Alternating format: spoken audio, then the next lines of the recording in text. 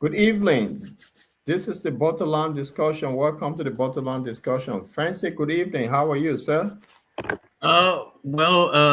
Thank you, Paul. I'm doing well. And how about you? How's London? London is absolutely great. The weather is fantastic. Things are good. We enjoying the typical, how they call it, European summer. So London is great. It's good to be back here. And how you're in? Well, I feel kind of jealous when you say you joined the typical European summer. I mean, like, is it the summer from the south or the summer from the north? A proper Because summer, man. The place is hot, humid. That's the kind of weather we oh enjoy. no, no, man. I mean, we are having the rain, bro. Oh, oh, oh. We're having rain in the Scandinavia. It's not no, it's no fun. It's not, Wow. you Yeah, know. we join the heat here. Usually, this place, summertime, we always wear our cardigan, but for some reason, it's been very, very good.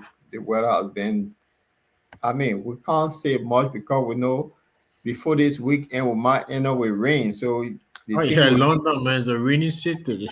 yeah, you can't talk much because so when a little weather we have, everyone make the best use of it. So we enjoying it. And that's the beauty. We enjoying it well. That's So nice, man. That's nice. That's nice. yeah. Yeah. So what's on the plate for this evening? What? So we'll be looking at the foreign news, what happening around the globe, and also we'll be looking at Mama Liberia, West, and today we'll be talking about what's on our mind, what we think, how things are, and interestingly, we'll be looking at why is it today since that Donald Trump incident, you get more people now than Googling Liberia.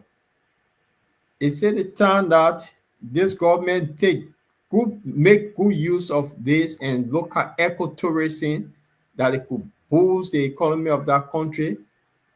This is the because people didn't know about Liberia. Everybody now, because of Donald Trump, everyone want to know about this country called Liberia. So there's something that we could look at. Yeah, and we ask our viewer for joining us. Kindly share the show. Kindly share the show. In other news, we usually use how do you call it, Jada TV. Yeah. And Jada Ben he's not well.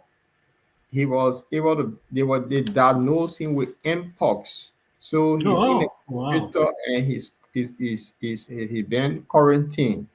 So we pray that he get well soon. That's the situation. So Jada is not well. He's in hospital with mpox. So to our viewers that follow up by Jada TV, we just want to say, well, the brother will pray for him for his speedy recovery. Yeah, Anyway, Jordan, what's on your I was mind before we go just to musical break? look basically what on my mind. I came across this video where in the former President George Weah at the recent sermon at his church, where he was talking about he was now going to be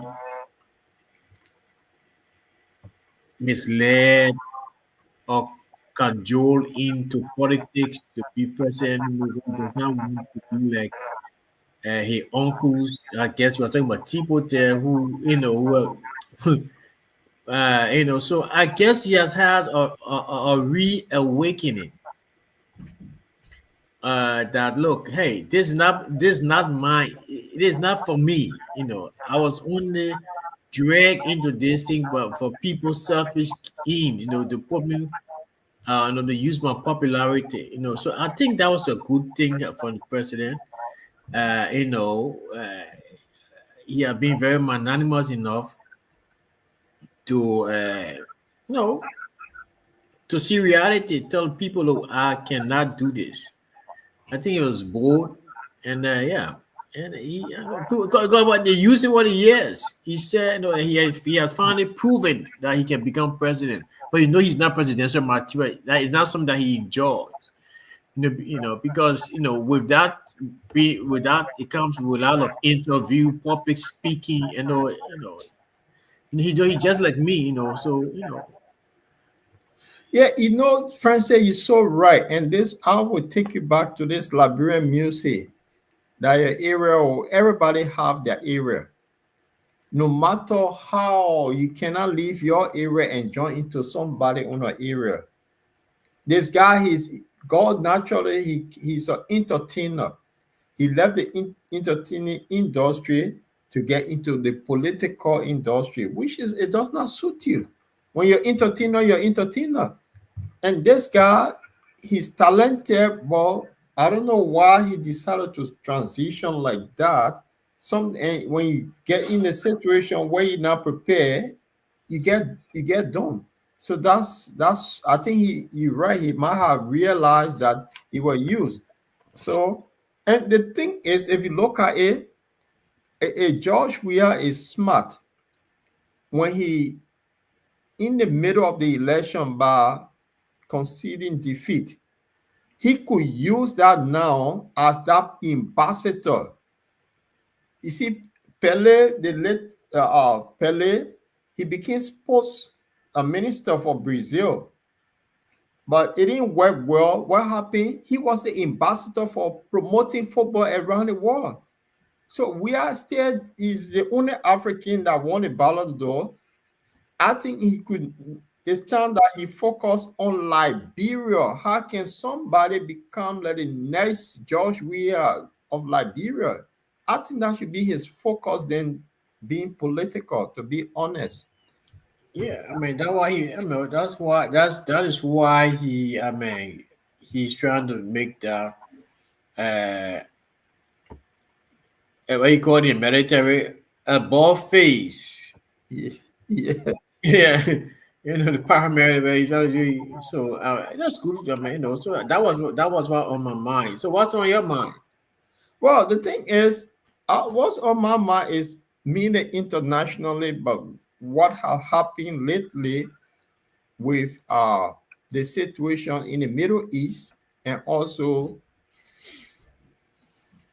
in Europe.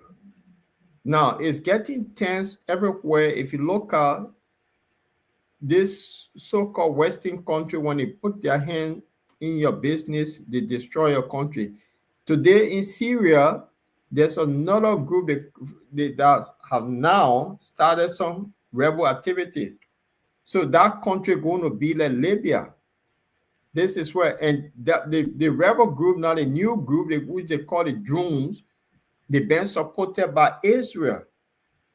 So where are we heading?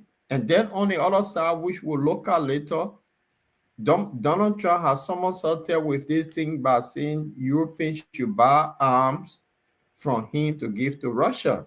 So why is it America playing clever? They don't want to confront Russia, but they want to use their European partners in case anything go wrong. They will take the heat, not him. They so will be looking at that, and those are things that are on my mind. Let's bring Padole on the show. Let me see. The general himself. Good evening. Welcome to the bottom line discussion. Thank you very much, Chloe. I'm so glad to be here. Welcome, my darling. Good evening, my dear brother. How you doing? Doing good, man. Good to So, see you. Yeah, Padole, we're just having a chit chat. What's on our minds, and then I don't know if you heard the conversation while you're on the backstage. You yeah, want to share with us what on your mind? yes, definitely. What really uh, came to my mind is the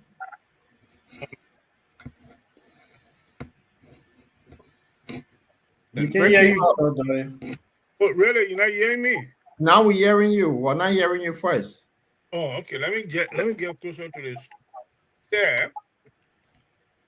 What really dragged my attention is the way the police come uh, uh, trying to do all this kind of patrolling exercise on the street.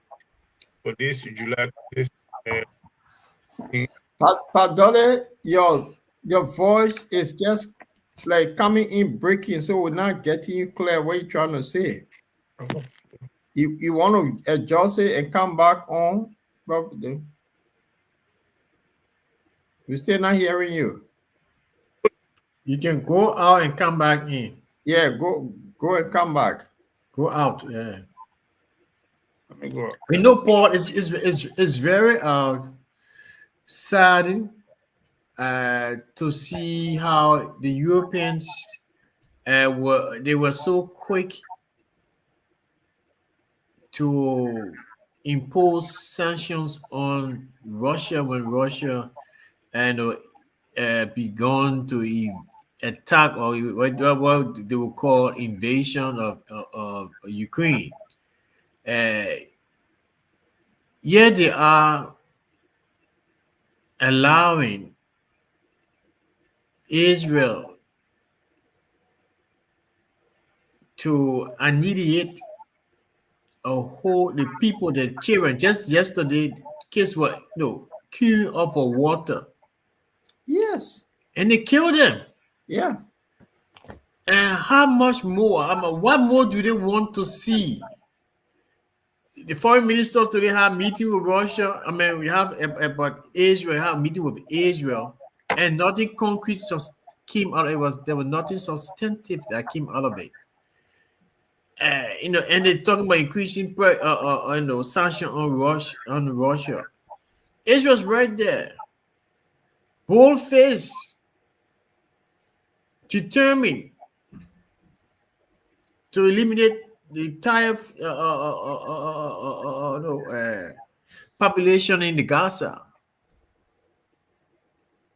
Yeah. mean, it's Yeah. time to go back home, man.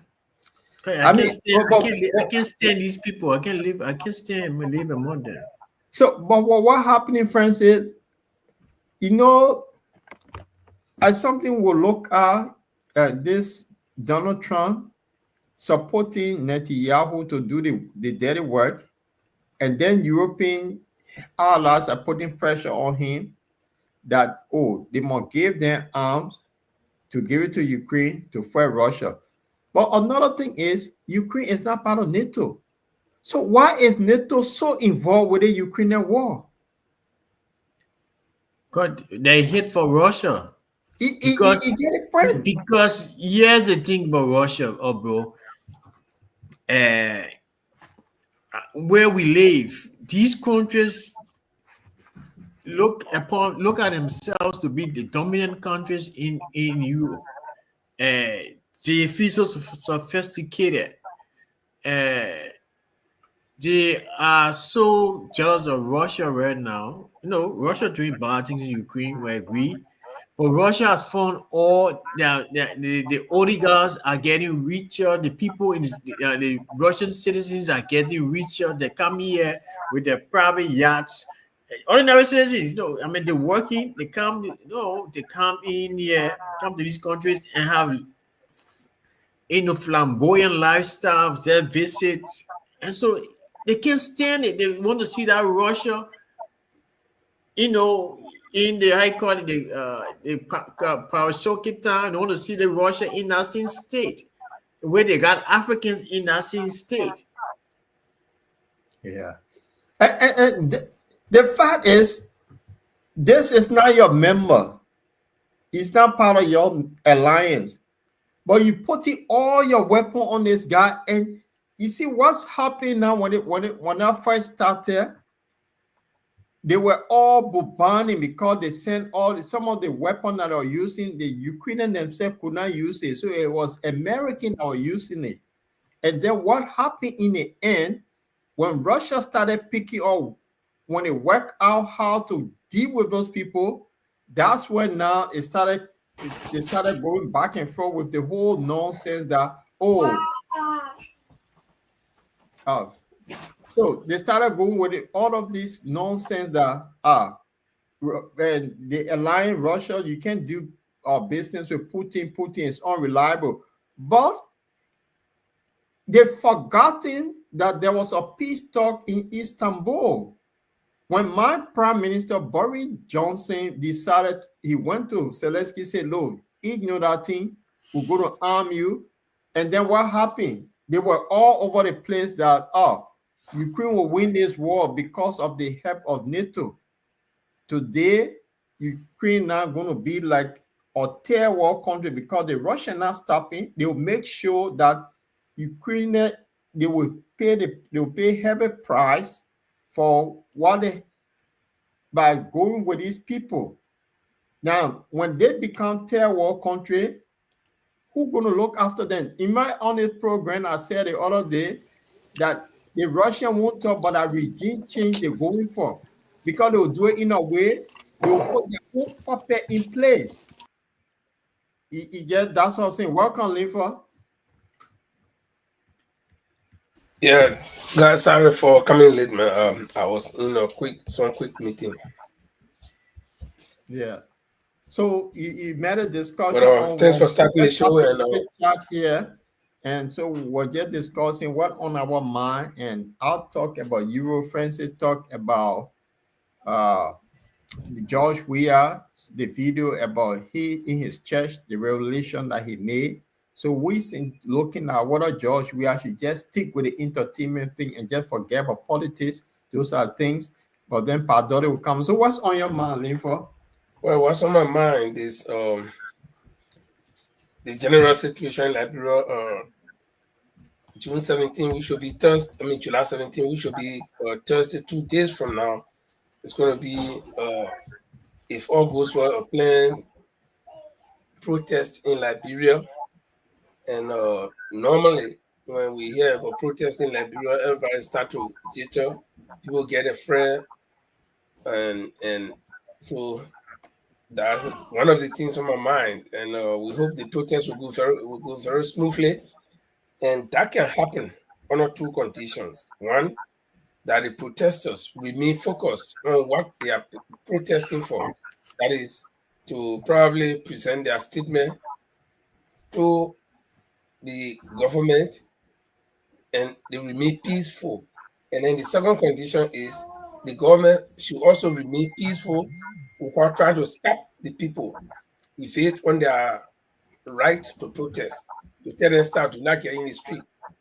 So one of those two conditions can spark something up. But if the government will be very kind and provide them security, and the protesters should remain in the confines of the rules of the law, that is, obey the peace and tranquility, then I think the protest will be good. So that's the major thing on my mind. There is somebody listening to something. No. Maybe Padoli on. Padoli? I mean, the feedback has been persistent for the past almost a month now, so we need to do something. Hello, Paul? Yeah, we can hear you now. Can you people hear me? Yes, we can hear you. Can you hear us? Can you hear us?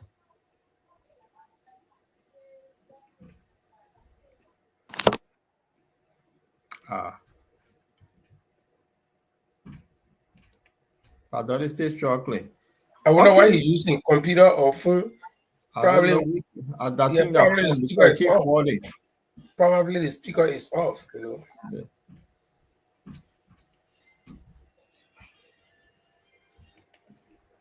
Padoli, you can hear us? Yeah, I can hear you. Now we can hear you. That's good. Okay, so what I will hear that.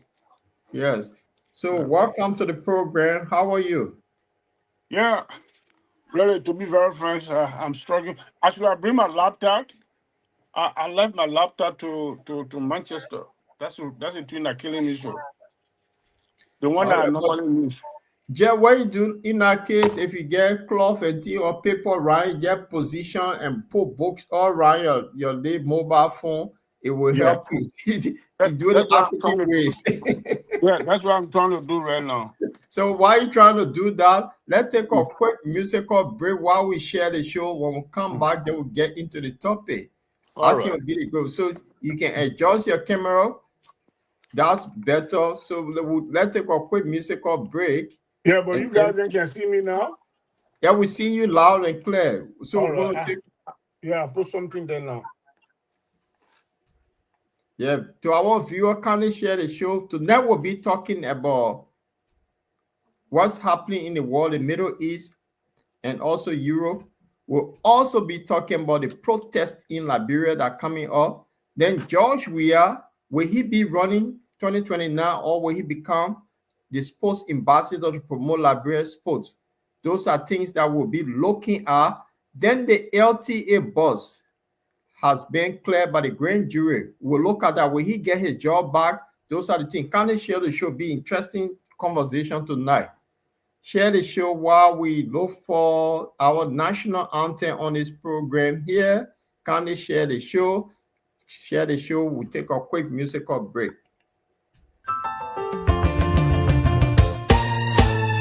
My people, where you at? Where you at? Wake up from your slumber. Stop sleeping.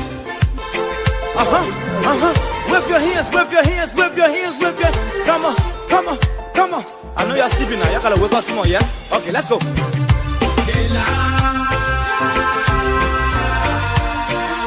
The people who us, the people lie to us. The government betray us. So much. I said they lie.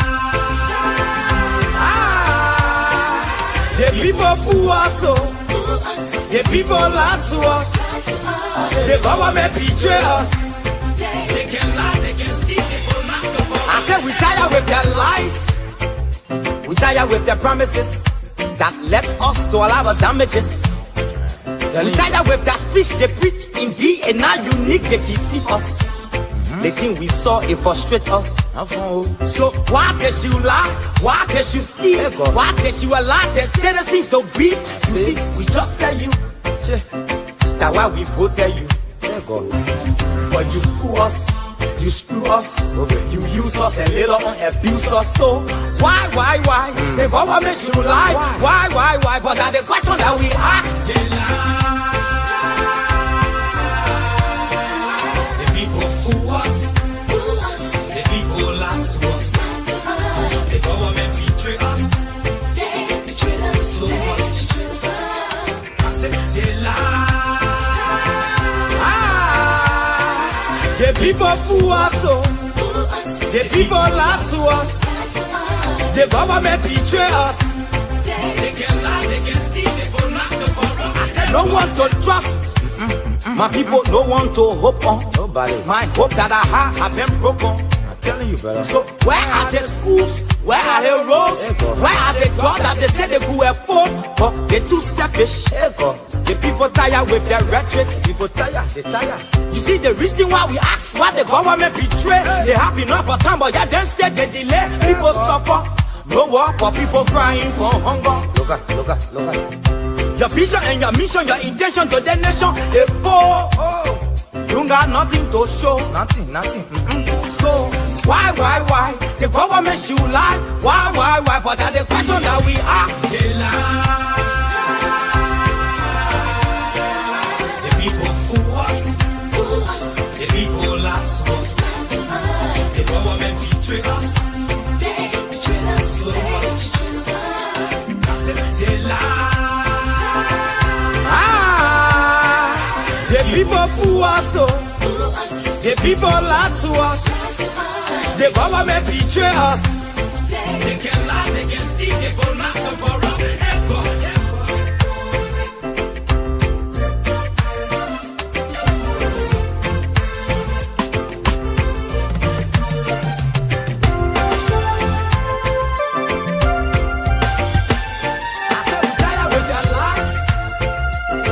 With their promises that left us to all our damages. We tired with that speech they preach indeed and now unique they deceive us. The thing we saw it frustrate us. So why can't you lie? Why can't you steal? Why can't you allow the citizens to be? You see, we just tell you that why we voted you. But you fool us. You screw us, you use us and later on abuse us. So why?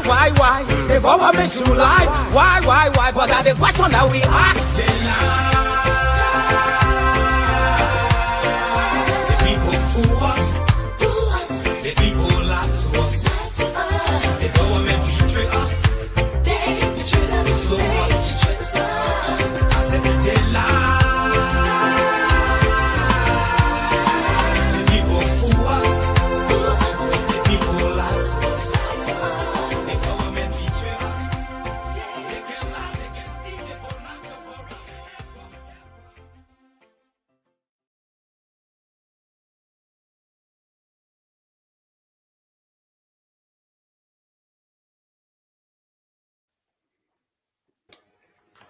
Welcome to the bottom line discussion. The government lied to all, the betray all, the fool all, the lie.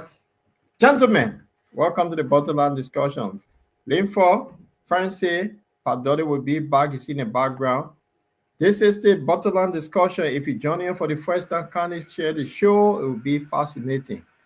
Gentlemen, we'll start with the international news, and then we Can I? end up with Mama Liberia. Francie, what say you? Yeah, Paul, can I give my introduction statement, please, if it's possible? All right, Padre, what's on your mind?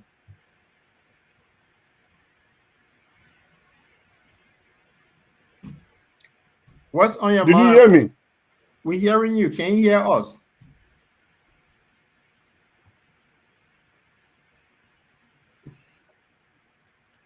Maybe you got a delay. Maybe. We hear you, Mr. Dolly. It's the earpiece. You're not hearing us. We're hearing you. You can't hear us. Maybe you got a delay. Maybe. All right. We hear you, Mr. Dolly. All right. Okay. But I'm not hearing you guys. We hearing you. It's your earpiece. Your earpiece Oh not my God, working. this thing here really can't- Maybe it's working. I mean, he used to talk. He uses it to talk, but maybe he's not. You're not hearing. Connection problem, maybe. Padre, sort it Oh, out. shit. I will bring you back. Hello? Hello.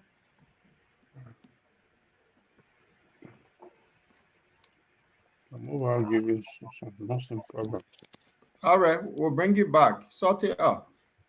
Guys, we'll go to international, and then we'll talk about, hey, look, Syria, after they got rid of the president there that went to Russia for asylum, the country now becoming the new Libya. So, and funnily, you see the West, when they destroy your country, they leave you in a limbo. There is a community that been backed by Israel in Syria. They have been fighting going on, and this group they call them the Jews. They've been fighting for days now, been backed by Israel. So that whole place now is going to be like Libya. That's another thing. When the Westerners put their hand on something, they destroy it good, and they will go for the oil. So this is a situation that we don't want. People just follow these so-called Western people, and then they leave your country in a complete mess. Syria is gone today. I don't know if you guys been following anything on Syria, Francie, Linford. Let me see if I can bring Padole on again. Padole? Yeah. Okay, hearing us now, that's good. So give your introduction before we get into our topic. Thank you very much for allowing me to do that. As I was saying initially, the thing that really caught my attention today was the behavior of our national police that's supposed to behave very professionally. And we didn't expect them to be playing like a child play. What they did today, demonstrations like this, going on a public domain to doing all the unnecessary exercise right at the backyard of the police headquarters. I don't know why for that. Why they doing all that? What are you trying to prove? I believe that the national police for all citizens of the nation. So be making this guy to be so much irrelevant, to making it relevant to Liberian politics. So Moluwa Molu is a kind of person previously there was against every good thing in our country. Now he's not in power. He coming up with statement. You're giving chance to come up and spread out the intelligence among people to collect the bad among the good. That's what you do. You don't demonstrate on the street like this to show to the public that you people are government police, and knowing fully well that is a police for the nation. So that's the one that really caught my attention today. I hope the police will behave very maturely at times. They need to be neutral because government can, government go. They need to be neutral. Police need to be neutral. That's my concern. Okay.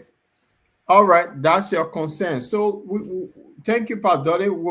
We might use that at the end of our topic about the police so you can explain to us better what the police did, because some of us in our audience may not get the story. So what the cause of this, you can brief us. So when we come to that topic, then we'll get into it. So in international news, I just asked Francie and Linford if they heard about this situation in Syria, that today there is a civil war now, almost like Libya. And usually the country with oil, when the Western people finish with you, it become, I don't know, Somalia or other places. So this is what Syria that had all of the thing, the incomplete mess today. So civil war sometimes is not good for a country. Francis, I don't know what you say on this. Then we'll move to Europe. I mean, I don't want to waste our time. Because the war right now in Syria, you could see is a complete hypocrisy. It's complete hypocrisy. The Americans just met with the Syrian president. I said just met. No, it been a full 4 months ago. Lavish praises on him, the American President Trump. Now his own ally, Israel, indirectly attacking the country now because they don't want to be seen as fight or creating problems or instability in all the countries, Iran, uh, Palestine. But again, hey, history has a way of teaching all the lessons. You see Hamas. You see, they funded Hamas. They allowed the Qataris to be putting money through, in the bank, to their own bank to give to Hamas. So we see. That's all I have to say. Yeah. Linford, so history repeat itself. What goes around come back to bread you. Yeah. Well, just keep me for now. I'll come back to that topic later. Okay. Just keep me for now. Papa Dolly was just looking at the situation in Syria. What do you think? Because these guys now are serious, full blown civil war they're heading for. Yeah. For the experience I have in a civil crisis is this: once the government, the sitting government, did not be changed properly, these are end result that can happen because the new people that are coming, they sometimes want to do some revenge, and revenging on people will cause them the anger. Immediately when this guy then took over, according to the information, and I saw it on the video, the ethnics that was in favor of the past government, some of them was massacre. They went to their villages and start mind treating them and killing some of them for no reason. Even those that did that mass killing, one of them was caught on camera publicly and taken to the higher up. The government, the sitting government now in Syria say, oh, we'll deal with this thing. But where were you? This man took the weapon and go to the people village and massacre people. So when you see in any situation, any country, not only Syria, any country, the government does not be removed properly, there's a recipe to kill. That's the one that's happening now. And more will still be continued because they still have some people in sympathy with the past government and supporting the past government, and some people in the present government and have the cross in their mind against the past government. They want to pay revenge. So that's his purpose that I can see it happen. So anybody who want to see such a country to be destabilized, it's very easy to manipulate the system like what Israel is doing right now. the highest here to be. Okay, concerning the Syria So crisis, Linford, what say you? Then we'll move on to Europe before we move to Liberia. yeah, but I think the situation in Syria should not be strange to anybody, especially Syria being in the Middle East, when Israel is not at peace with Syria. So you know that the rest of the West will do everything to support Israel in any way. It's like if you got a little boy in the town that is very frisky, but he got somebody to depend on, he go and pick force all over the place. And he got people to depend on no matter what. He will always do it, and then people will come to his defense. So even if you are wrong, the boy will come to you. And even if the boy is wrong, he will come to you. So it's now a strange situation for me. I think I would say it's been overdue. It should have happened a long time. In fact, do you remember the when they were about to remove Bashir some time ago? I don't know, 2001 was that? I don't remember well. Maybe some 6-7 years ago. And one morning, Bashir was staying there though, and since Russia were backing him, one morning, I think it was the same Trump, right? Trump, yeah, got he bombed certain part of the place. So morning, right? Do you remember that incident? So, yeah, something like that happened. And so, It was Obama that did it. Was it Obama? Okay, yeah. So it's not strange. They will always do it. So for me, I would say it's overdue. And since the regime change, imagine how that regime change happened, because the rebel group, they literally walk in the town, and it was like Bashir said, okay, well, I'm just tired. Let me get hand power over to them and leave. You see, so it's going to be a long haul, but let's wait and see how it's going to end, because as it is now, we can only speculate. Nobody can give any clear-cut answer to any question.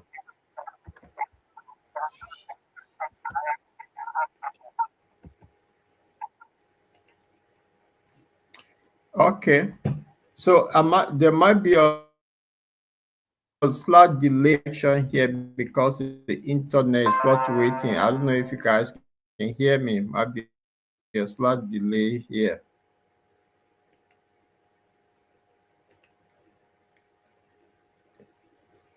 Can you guys hear me? Yes.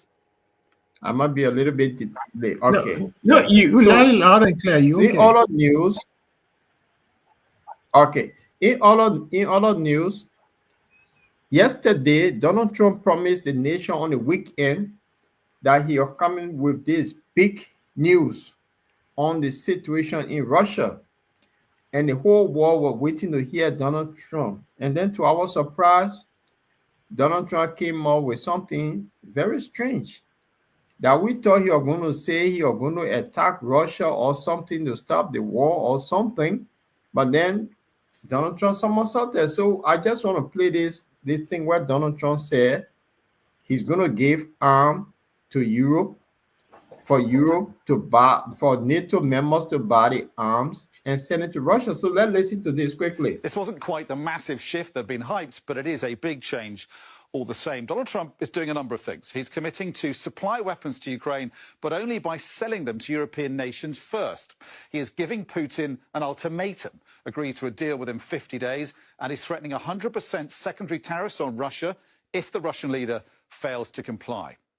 The novel arrangement will see America selling billions of dollars worth of advanced weapons, potentially to European countries, who will then supply them on to Ukraine, instead of America sending them directly to Ukraine, as it has so far in this war. The novel arrangement will see America selling billions of dollars worth would be among the NATO buyers supplying Ukraine. What weapons is not clear beyond Patriot missile air defence batteries. Ukraine desperately needs better protection from Russian air attacks. They've ramped up massively recently, up by 50% in the last month alone. As these figures show here, almost 500 drones fired on the 9th of June, then peaking to more than 740 on one night last week. Compare that to a year ago when Ukraine was coping with 200 or 300 drones a night on average. The number of drones and missiles launched by Russian forces in June this year was 10 times the amount launched in June 2024. And it is exacting a punishing toll in terms of casualties. Last month saw the highest number of civilian casualties in any month since the war began from air attacks. More than 230 killed and more than 1,300 injured.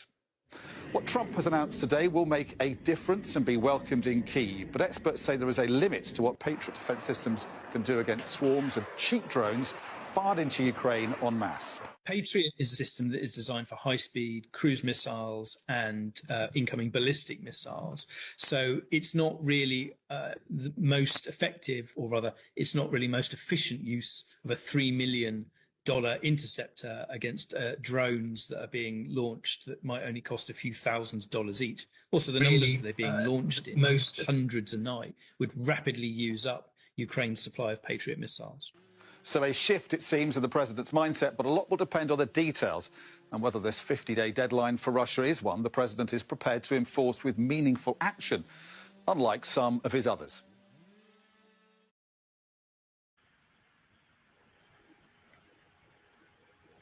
All right. Guys, this is the situation. Donald Trump being clever here that he made the big announcement he's going to give weapon to Ukraine, but Europe or his 32 nation allies called NATO will have to pay for those weapons, and they will decide when to give it to Ukraine. Now, looking at the whole thing here, I think Donald Trump being clever here, because Russia have warned that if any of these Western weapons hit mainland Russia, they will retaliate. So it said Donald Trump being clever here. Europe, y'all go buy the weapon, y'all bomb Russia. When it backfire, y'all take the heat and we just fold our arms. Guys, what say you all? Y'all listen to this nonsense with Donald Trump. Okay, let me start, since I guess I'm quiet you for now. But no, let me tell you, Trump is all out for business. I'm getting to know this. Trump's presidency is all out for business. When Trump invited let me lead the 5 African leaders for now. Let's go to the scene Zelensky. When Trump invited Zelensky in a warehouse, what was the main idea behind that meeting? It was to make Zelensky to sign a deal out of a rare earth mineral, and that would have been exchanged for weapons since they are in war with Russia. And if you listen to some of the threats we were making against Zelensky that time, he said, the thing you play with is, just trying to quote him, he said, you are playing with World War III. Yeah, World War III. So that alone could tell you, so no, listen to this dear. The thing you play with is bigger than you. So we get a solution. And Zelensky said, probably you were depending on something else. You were a little bit recalcitrant. He didn't bow to that deal. Now, and the war continued. And then they are coming back. And this time now, Trump is saying, okay, since this Zelensky guy could not sign this deal directly, and I will find a way to sell you weapons. America, Trump have been boasting of having new weapons or good weapons, qualified weapons, sophisticated weapons in recent time. So they try to get rid of all the old things that they had before, and they can't go dump in the sea. So they have to sell it somewhere. So now he wants to sell it to NATO, where he live with NATO. NATO, you'll buy. Once I get my money, you'll throw it away. You'll give it to Ukraine. You'll give it to any country. When fighting happened in that American fighting there, that NATO fighting. Now, if you listen to his meeting with the 5 African leaders, when he was talking to President Bouaka, when President Bouaka was talking, the moment President Bouaka mentioned American fighting there, that NATO fighting, if you listen to his meeting with the see, so Trump is all for business.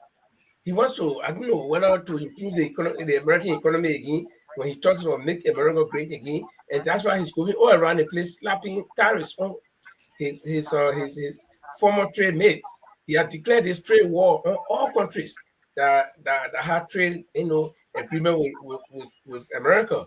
So that's the major aim. Trump is not interested in Ukraine, nothing.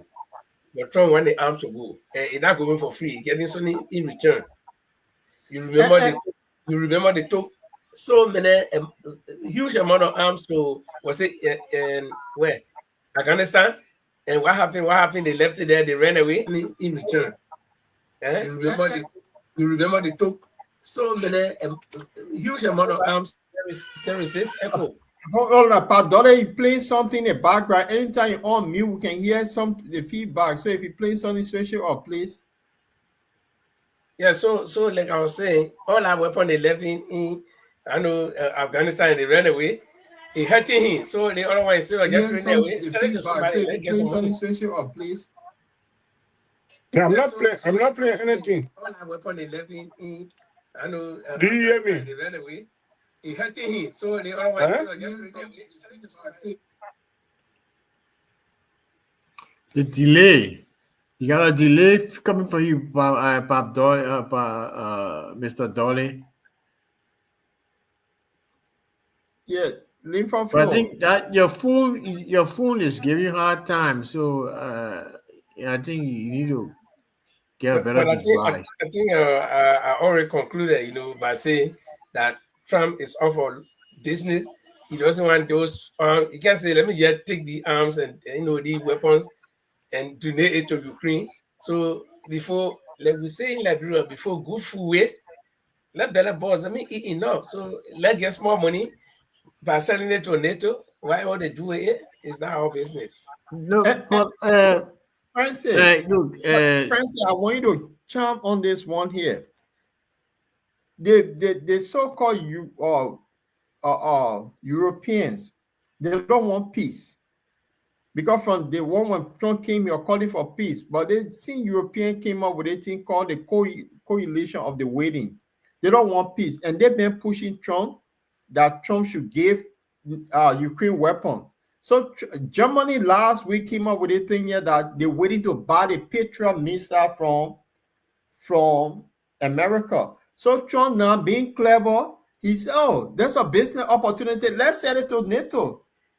Yeah, you buy it. If you're giving to Zelensky, he do something, say that when Russia come after you, they're not coming after America.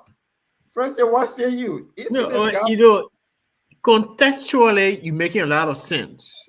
Because it's like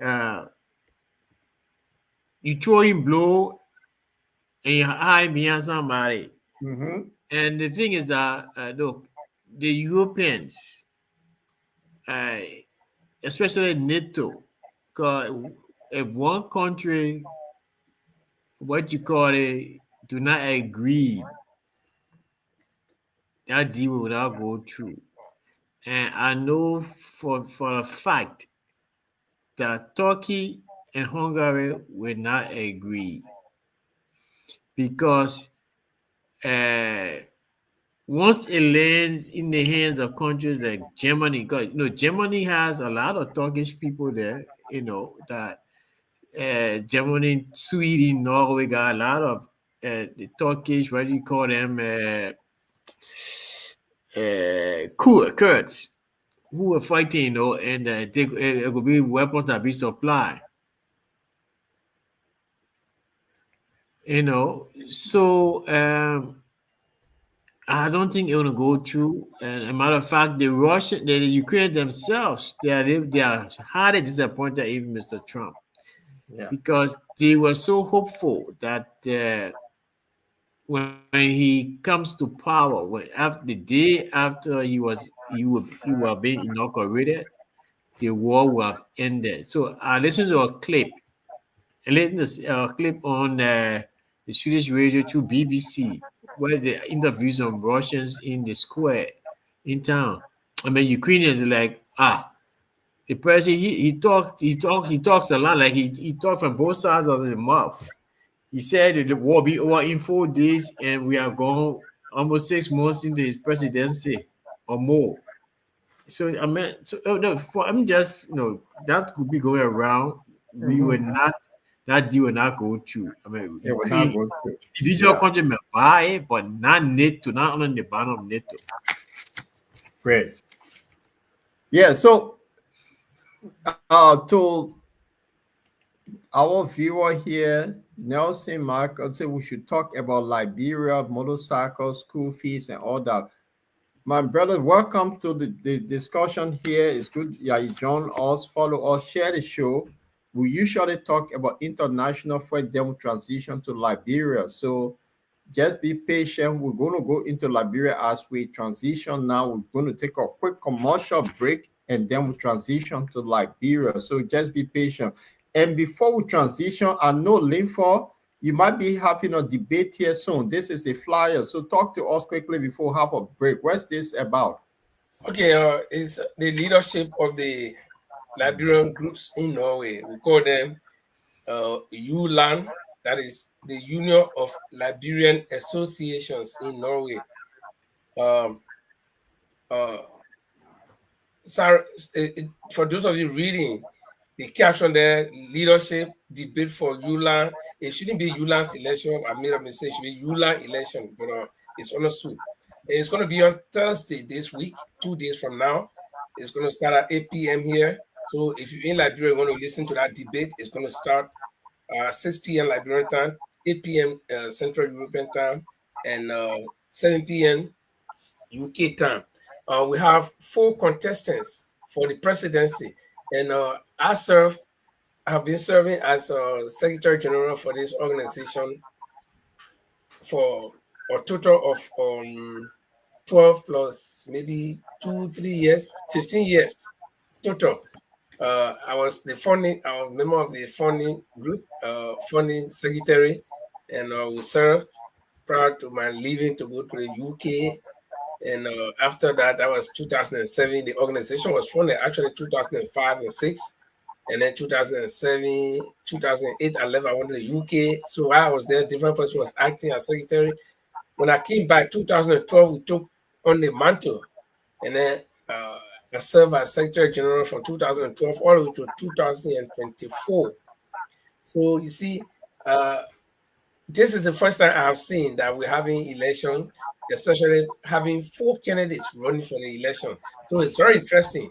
And that's why we have decided to host them so that we can hear what their motives are for wanting to be the president for this organization that was left with only one leadership for 12 consecutive years. Imagine how many times we resigned when we were there.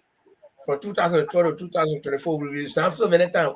They will still say, no, that you should be there. We were there. And we don't work again. But then this time, everybody's interested.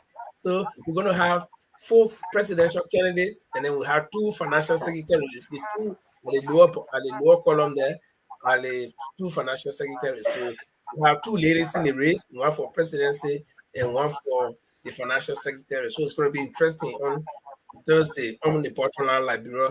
It's not going to be our regular show. So I'm going to be hosting that debate because it's going to be a little bit different from what we normally do here on the show. So right. So that Thursday will also be the day of protest in Liberia, right? Yeah. Yeah, probably we might just see something happening in the protest and splash it in, because all the people that will be here they are all Liberians anyway.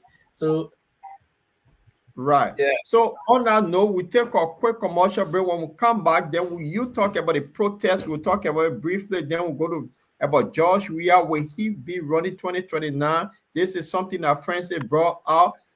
Shall he continue his football thing, or he still want to be Donald Trump number 2? So let's take the quick commercial break. We'll come back. We'll get straight into the protest. After the protest, will George Weah run again, or he should stick with football? That's the question. Di Lorenzo, G Grace. Hems vocal, Liberia number 1 vocal, Liberia number 1, right? Okay. The phrase, a new sheriff is in town, does not only belong to law enforcement. How about the introduction of Liberia's premier vodka, a quality and customized liquor for all occasions? Try the flavor of your choice. Ham's Vodka, Ham's Honey, Ham's Bitter, and Ham's Original Vodka. Ham's Vodka has no hangover. That's why they say Papa drank Mama happy. Ham's Vodka is sold in all stores, shops, supermarkets, and entertainment centers in Liberia. For wholesale, contact Ham's Vodka at 0777 001114, 0777 000-979. We can also be reached via social media on Facebook and IG at Ham's Vodka. or www.hansvodka.com. In the United States, please contact Hans North America Incorporated at 610-543-9289, 484-888-1622, 484-755-8411. Hans Vodka is approved by the U.S. federal government. Hans Vodka brings out the real man in you. I tell you in my boy, in my blood. Every time when I stay on the block, everybody knows it.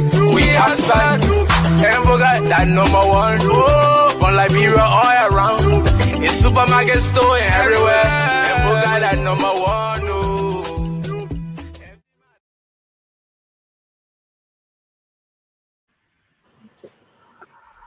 Hans Vodka. Hans Vodka is the number one Liberian vodka now that is being sold all over the world. So, gentlemen, Linford will be hosting people here on leadership contest on Thursday. Will be a debate here. So, Linford, the same day you'll be hosting the debate, that day will also be a protest in Liberia.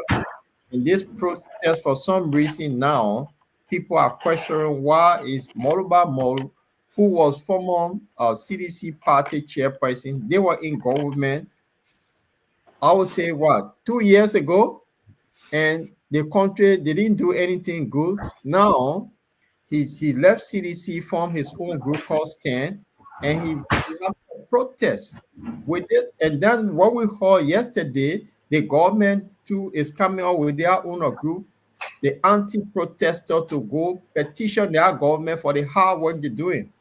What kind of country we in? And then what we heard yesterday, the government too is coming out with their own group, the anti-protester, to go petition their government for the hard work they're doing. What kind of country we in? Lincoln, what say you? Because Pastor is playing something, we can get the feedback. I don't know. Lincoln? Okay. We have seen these things play. Liberian politics is like we just go in a cycle, right? And I remember when we were little kids, we used to play some kind of game where we go around the circle. If you jump in the circle, you are there, you do what you have to do. At a certain time, you jump out there, another person jump there. And this is what's happening. Moluba Molu was Secretary General for the ruling party at the time, CDC to be specific. And Liberian people felt disenchanted. And some of the largest protests that I've ever watched in Liberia was staged during the reign, just 1 year after CDC came to power. And Molu was chairman of the party. When these protesters got in the street, the rest of the story we all know. They were tear gassed. Mm-hmm. Everything went amok. People got arrested. And now today, Moluba Molu, outside of government, can see wrongs, supposedly wrongs in the government. And he wants to call the government's attention to those wrong things that are happening by organizing a protest. So you see where we are. When I'm out, I can see all the good dancers, all the bad dancers. But when I get on the dance floor, then I start performing worse. So now it is today that Moluba Molu can see all the wrong things happening in government. But then he couldn't see. When protesters gathered to call their attention, they tear gas them, they beat them, people got hurt. Now he's carrying people. And now the government is also saying that they are going to have anti-protesters, and that group will be petitioning or thanking the government for how they're performing. Do you remember the COP and CDC COP? Mm-hmm. There was COP organized by Costa that was heading the protest, and then there were CDC, COP that also went on counter protest, and we saw what happened, how people were brutalized. So we expect that similar thing that they could happen. Yesterday I did my podcast and I mentioned these things. That there are two conditions, and I'll repeat it again. There are two conditions that will spoil the protest. And no two conditions can be double. One is good behavior on the part of the protesters. Remain in your lane. Know why you're going to protest. Do not seize the opportunity to say and go and remove the government. No, not in Africa. And maybe in some Western world, but not in Africa that any protest can be able to remove for sitting government. All of you will die. If you cause the government to kill, everybody will kill you. Okay? Because that's our duty to protect. The government is supposed to do that. So they'll use that as their guardrail to say, well, we're not supposed to sit down for protesters who can't remove us. We will deal with them drastically. So if they cause to kill you, they will kill you. That one I can't mention a word about it. Now, so you remain calm, you remain in your guardrail to say, well, we're not supposed to sit down for protesters who can't remove us. That explains something. We will deal with them drastically. So if they cause to kill you, they will kill you. That one I can't mention a word about it. Now. Okay. And friend said you are shaking your head when Linfa was talking. So what say you before we bring Padoli on this one? Just before I go into the intricacies of the protest, I just want to correct Linfa that there's no counter protest tomorrow. There's no group that is going to that was abruptly planned to honor JMB and JKK. The Unity Party has come up with a statement saying that they have no group called COP for JB. But anyway, the same group came up today, this evening, that they respect the Unity Party and the Liberia National Police and Ministry of Justice, that they have suspended their event,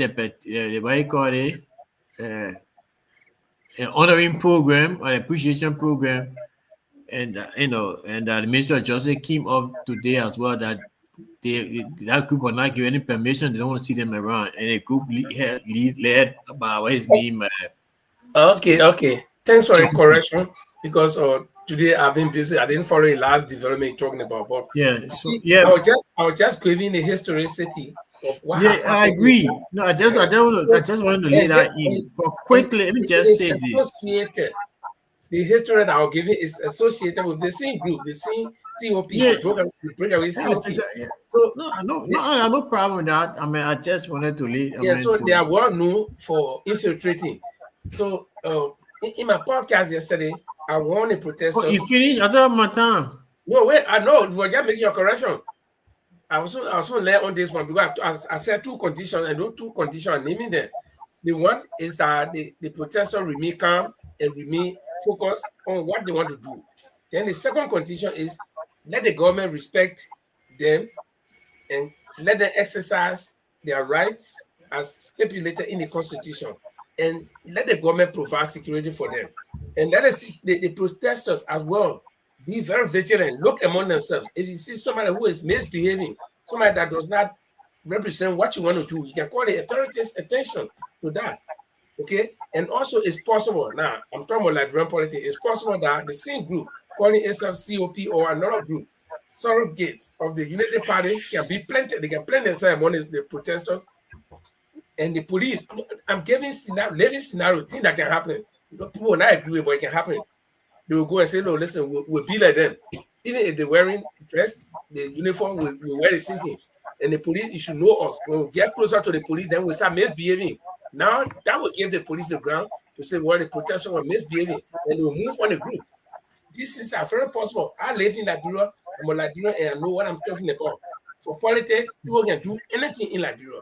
So, but nobody's like disagreeing to what you just said. No, I mean, all the scenarios are possible.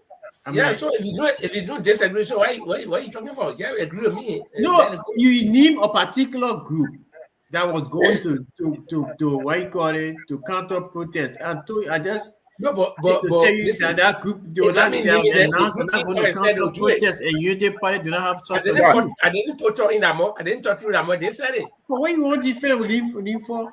So leave for your Francis flow, because this is the thing. Yasin Francis said his group have back up already. They're not going to do it. So but Francis, before I want you to elaborate on this.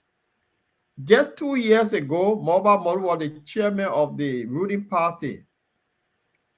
We remember there were so many protests. I remember the one the elementary students that were whipped by the police, tear gas when George Weah vehicle was coming because their teacher couldn't go to school. That was the CDC government.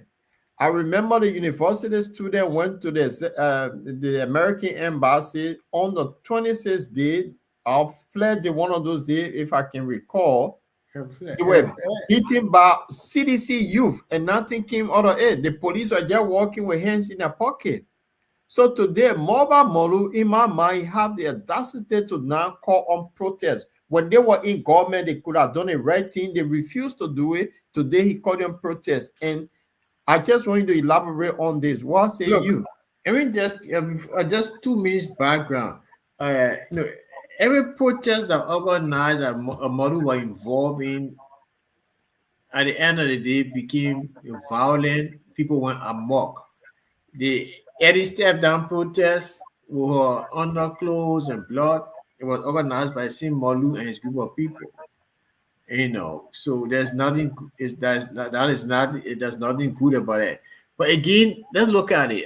Let's take Molu out as a person. I mean, individuals have group or Liberian individual has the right to go and protest, to express their grievances and a dislike of how things go on the social, economic, and political situation in the country.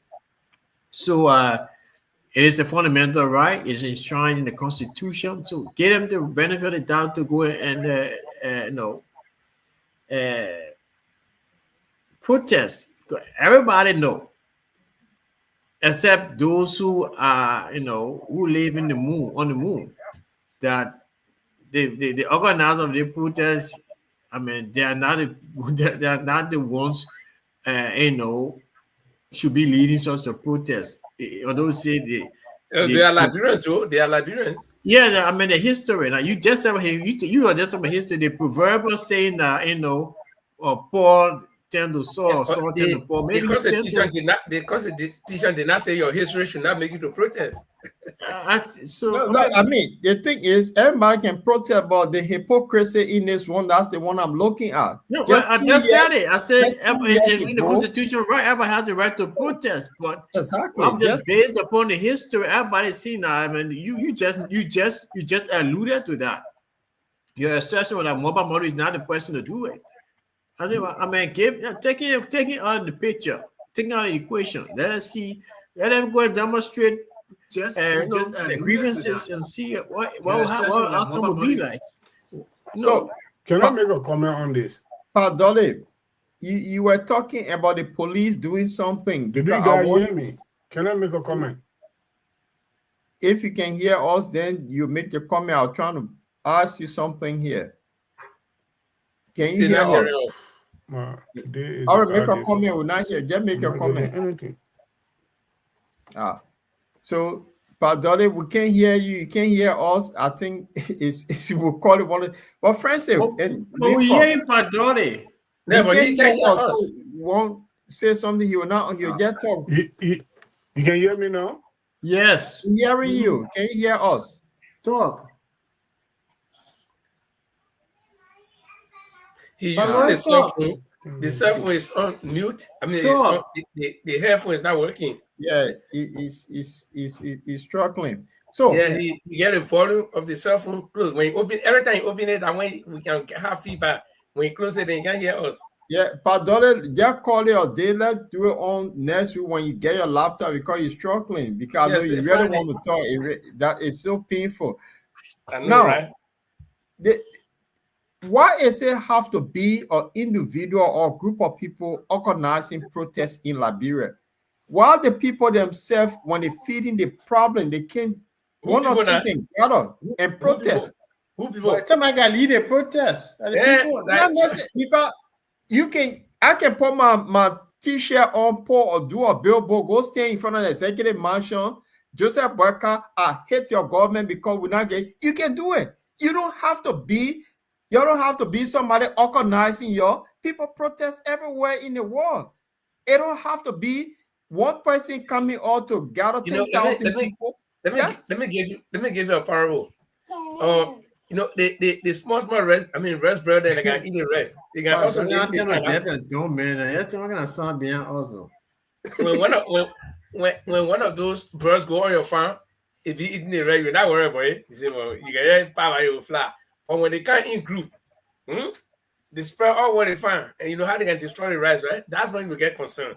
So when you see people going in group to protest, that's the reason why. Hey man, how long does it take me? I go stand in front of the executive mansion, I get placard, I get organizing on me, the president come for and empower me. In fact, maybe one police man can shove me around. But if you get the people, then they say now the people, they say the person came out, they will say the people came out. If they say one guy was protesting at the mansion today, they say, but what the person here? But if they say the people were protesting. My queen Ronald protested at Louisville. And what did he gain? Beating. And then the other guy who protested and burned himself, my former student, when he took a liver pom. Yeah. What happened to him? Today he's damaged forever. So you see, that's why the Constitution, the crafters of the Constitution were very smart. They said the power is inherent in the people, because you know why they use the word people? Because it's the people that can elect the leader. And not the person. If I go to the ballot box, Paul, you voting, I go to the ballot box, and then if I vote against you, but you are elected, how do you know that I voted for you? I know. See? So, but it is we mix, all mix. We the people voted, and you won.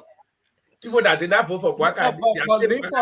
The point I'm making here is the guy that was in office yesterday that had the power to better the life of the people didn't do it. But this is the guy that championed that protest. So why it cannot be someone else that, okay, it could be, let's take Jacob for example. A group of people from Jacob are happy. There are people that can march on the executive march. How many thousands of people live in Jacob? Does it have to be one of those crooks that will organize people? This is the point I'm making. Yeah, okay. I mean, but Paul, go ahead, Francis. Let me just say, look, in every society, they look up to people who are people of permanence in a society, political agitators, opinion leaders. No, they are political agitators. So these are the people that that have, huge followers. So based upon our own situation, I mean, the level of reasoning, our people are followers. They are not people who take initiative themselves.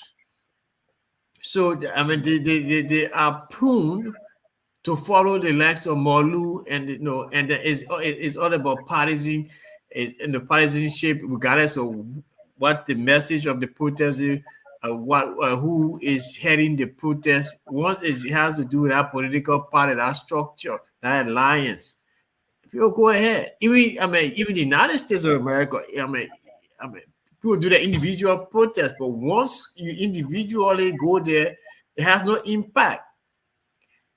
Right. You need to be a collective. You need to have a cohesion so people can feel the weight. If Trump, let's assume when Trump, there 1 minute, and Trump, his boys went to the Capitol building. I think that 2 presidents went there.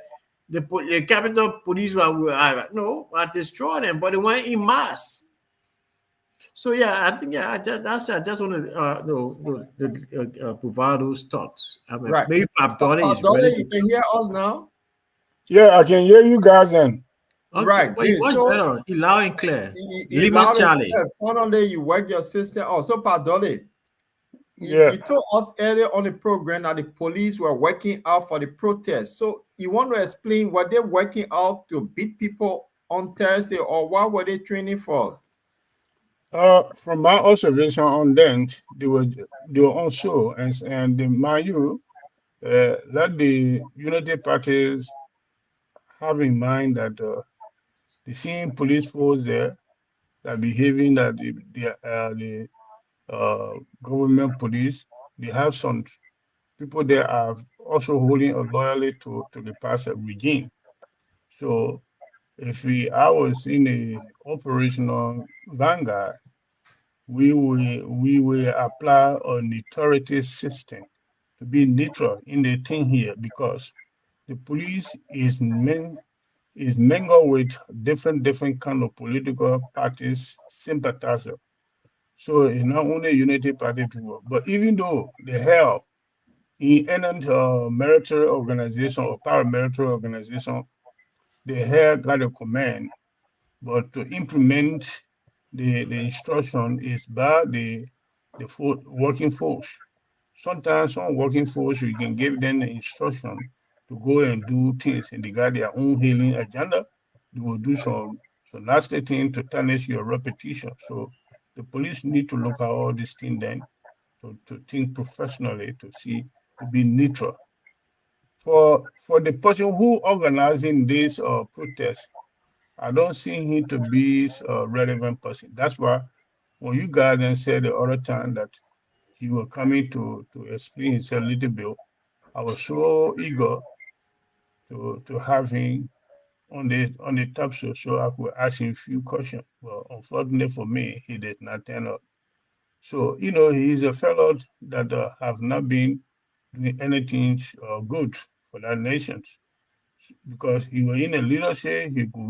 He had it audacities to come up publicly to say that he bossman was doing local talks. His bossman was doing a lot of unprofessional things.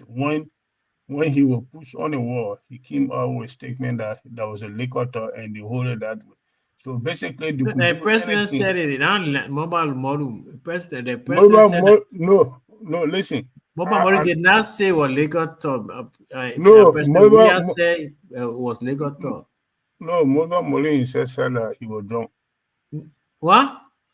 Yeah, Mobile Molin said that he was drunk. Okay. Yeah, Mobile Molin said that he was drunk. So people look at it as a liquor talk. He said, yes, I was drunk. That statement I made, I was drunk. Look, go. You are an investigator. Go back and check the story. You will know what Moli said. What make the president to even because the president knew when he could push the situation at that time, he going to damage him big time. That's why they left him. Immediately after the election, you see what happened. He resigned from there because he was not working anymore in their leadership hierarchy. So Right. basically, these are some of the things that we need to look at. We have so many smart people in that country, very clever, smart people in that country But called I want to Liberia. throw this question out quickly to all of us here. Given some of what happened during the reign of the CDC, with reference to the exact thing that we just discussing, where Molu was in power, or they were in power. In fact, he was the third man in command of the party. Huh? Okay, so He was a party chairman. yeah, you were party chairman. That's what I'm saying. Because the president, the vice president, then the party chairman is the third man. So, and they did not do much by the people. And then the second thing, their own in-house, wrangling, where he even described the action of the president, and then he described it as what? Liquor talk. And all these things. Do you think, the question here is, do you think Moluba Molu organizing this protest, do you think he's going to get that much support from the CDC people, or is he depending on the people who he thinks support his root cause stand? Well, the thing is, the CDC youth came out to support the protest. So that means if the CDC youth agree, he will get support from it. And remember, too, he was very popular with the youth within the CDC. So don't be so yeah. Francis said it, influential. He one of those people within the CDC. So they will turn out. We can't overlook it. But the whole thing here is the question. I don't know what you got. Paul, can I complete my comment, please? I beg. Which comment again, Padre? You completed, so go on. I didn't complete one Linford cut me off. Yeah, go ahead, Padre. Thank you, sir. You see, as I was looking the sensitive issue of this thing here, the background of the entire episode. That's why I was trying to draft at. The reason why they left Moliver Moru to go away with that statement, he said he was drunk, and the president said that was a liquor tour, and they left it because he has some youth support in the party. So basically, if they have to take a drastic action on him, administrative action on him, at that moment, you're gonna cause them damage, catastrophic damage. That's the reason why they kept him. But let me tell you something. Right now, people, first thing, the thing that will make the protest to be relevant is the contents of the protest. The contents of the protest need to be known to the public. Then they will give support to it. But if the contents of the protest is not public, is not put in the public domain for people to see and know what they're protesting for, people will look at it as a Mori organizing protest, and then he will not get no momentum. That's all I can say. Right. Thank you. Francis, you want to tell me on Linford question, then we can go to your issue raised. I done without protesting, bro. I got another. Let's move on. Right. So, Francis, first of all, don't talk about protest. Francis hanging. I just told you the people got a right to protest, and that protest, is being heavily sanctioned by the government. The government give them the green light. You guys will go and do what they have to do. But the only thing is that the caveat there is that they should not, go astray. Get into some violence and stuff that would tend to, destroy. And this is where the fear. This is where the fear factor is, because the government could also plant people among them and say, "Go." But Linford, if that happen, you the government of the day. If something go wrong, you take the blame. So if you do something, say that you bring problem on yourself. So the best thing is just let the people flow. Hey, boy, people let the people go. Liberia being Liberia, where people have been killed in protests and nothing happened. Why you want to make it that so negative about Liberia? Let's transition, because Francis don't have long term. Not negative. You see me, so when I talk something, I always let them look at the negative. I can't just say, "Oh, I'm going to eat my girl." Yeah, but then people go and protest tomorrow. If anything happen tomorrow, it happens. That's our belly. I think all of that. Okay, gentlemen. Francis, this issue about George Weah in the church, you want to talk to us because it's something concerning. Oh yes, it's very concerning. Is that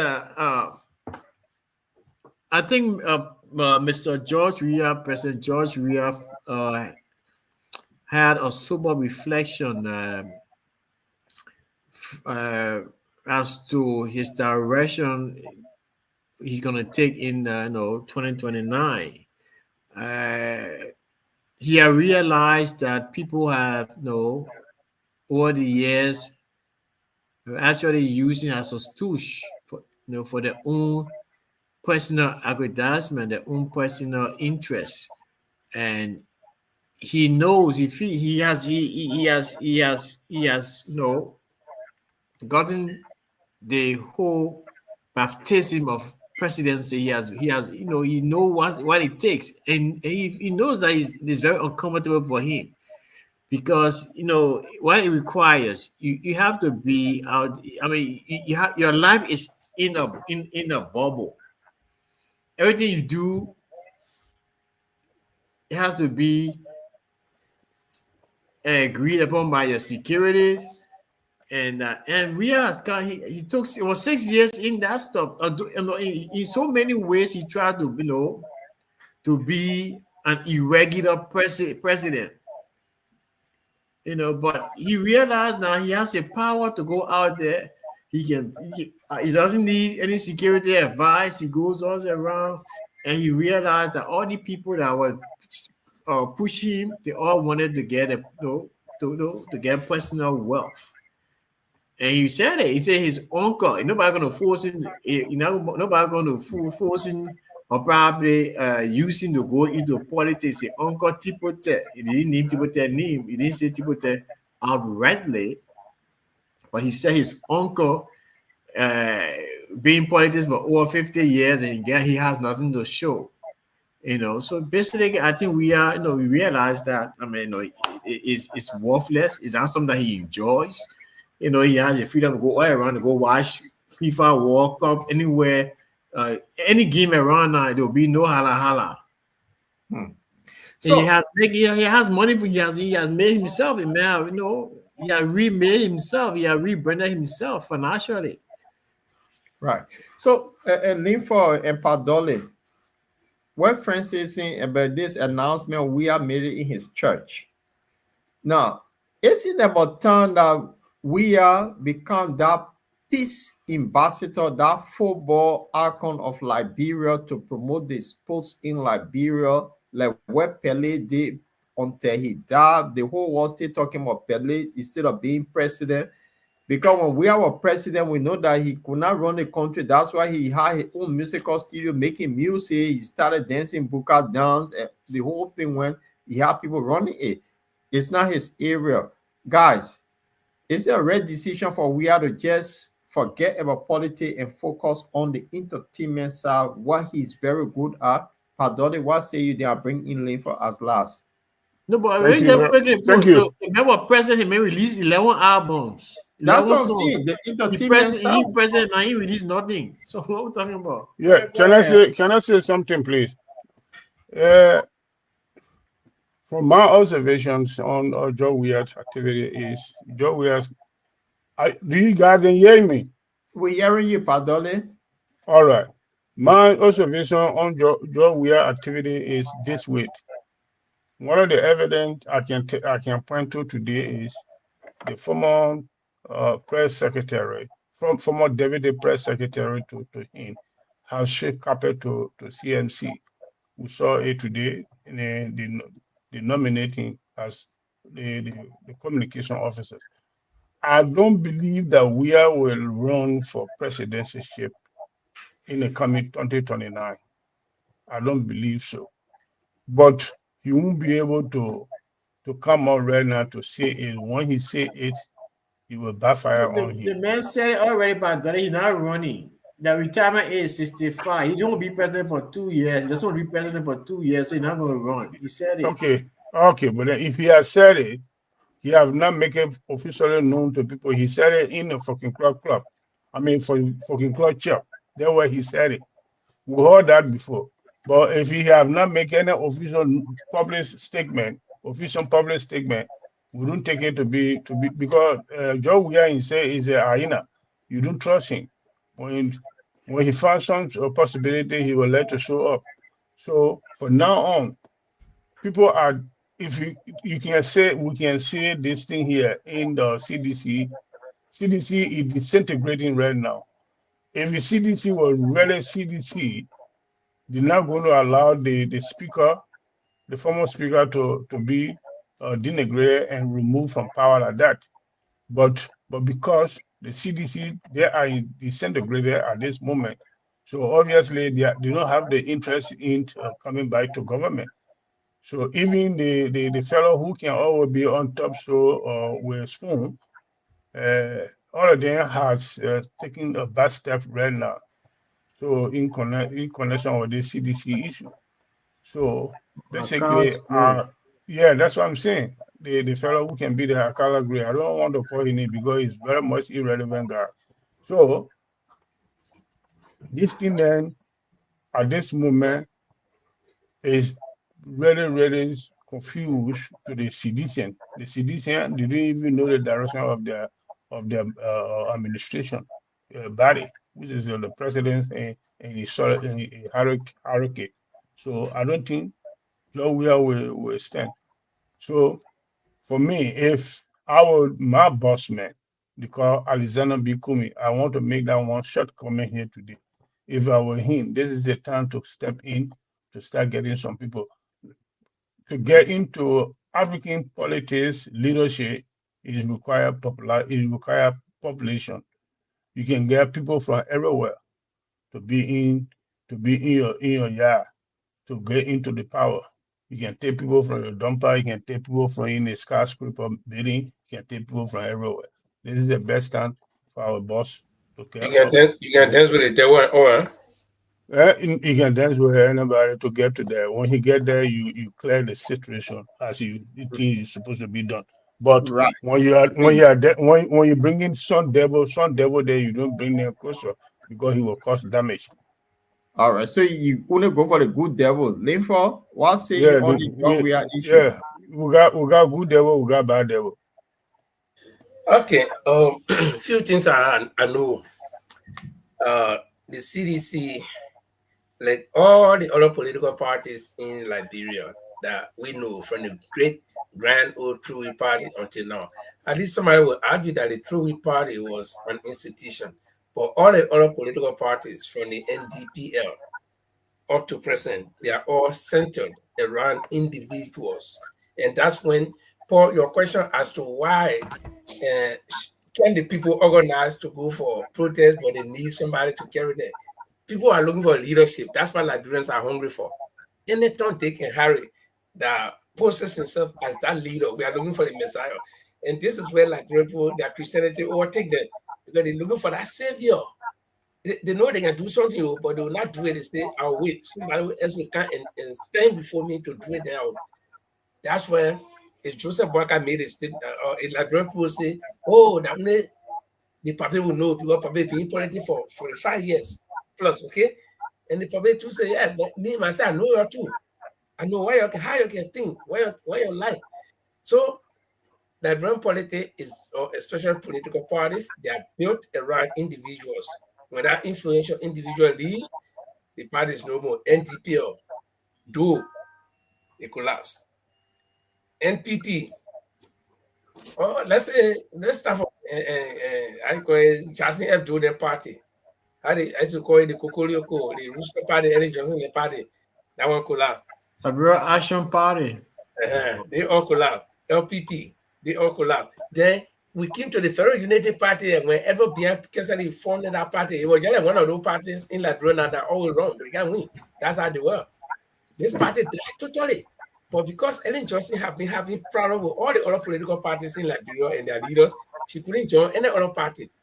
So she sat down, I think somebody whispered in her ear and said, look, that Unity Party that being formed a long time ago is dying. And they got population look for that power party. Go there. Go and look for somebody. This is how he sent for Joe Walker. You were playing checker when the people went and told him, say, the president wants to see you. And I said, he want to see you. And then he was traveling. Then he went to the world. He said, oh, they said they want to say Jago. You know, we make a people say, Joseph, say Joe Jago. And here, what should we say? That how they brought Joe Walker now, they revived him, and today he's president. So, no, but you mixing the Unity Party. It's a merger, it's a conglomeration of. My brother, I'm not asking you. I'm telling you what I know, and you can tell me what you know too. So You don't distort the facts. But this is what I know. But what you know is not. That's not what you know because. When anything was happening, you're not in my room. Also not accept what you know. And no things that were happening, you're not in my room, y'all. Okay. Okay, guys. We are discussing things in Montreal right now. The internet is there. So, Francis, let me bring up for the information, please. For the information. For the information, gentlemen. Stay on the floor. Yeah. I just want to give information to support what Lanford is just saying. But when he for the information. When he finished, Linford is still talking. Linford conclude. So when I finish, you can support my idea. So what I was trying to say, parties are built around individuals in Liberia. When that individual is out, NPP, who tell me, whoever imagine that NPP will attack today and that they can even form a coalition with CDC.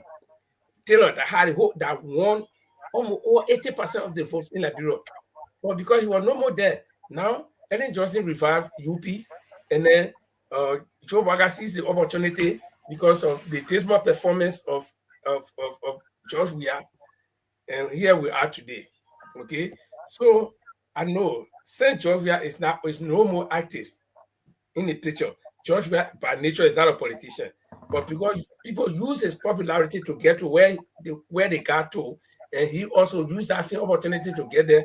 In that same statement, he said something. I don't know whether you guys mark it. He said, I wanted to try something. He wanted to try something, his popularity, to see whether he can become president, and he did it. So you know what's in it now. So he said, well, there's nothing more than what I did. And the man became world best. Then he said, let me try if I can become president. He became president. So what more you want? If there was something like king, then you go for that one. But president time too, it means nothing. There's a headache. So at least he did what he wanted to do. And so he said that he's no more interested in politics. I think I side with him. It's better for him to live his life. He's still young, relatively young, compared to some Liberian politicians, so he can go. And the point that I think that Padilla made.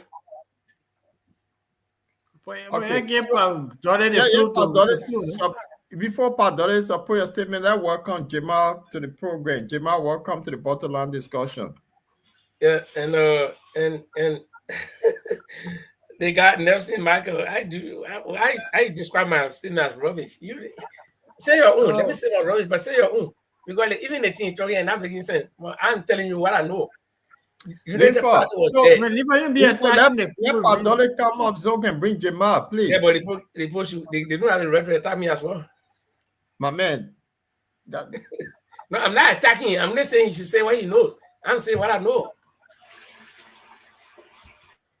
Padilla? Yeah, can I come in?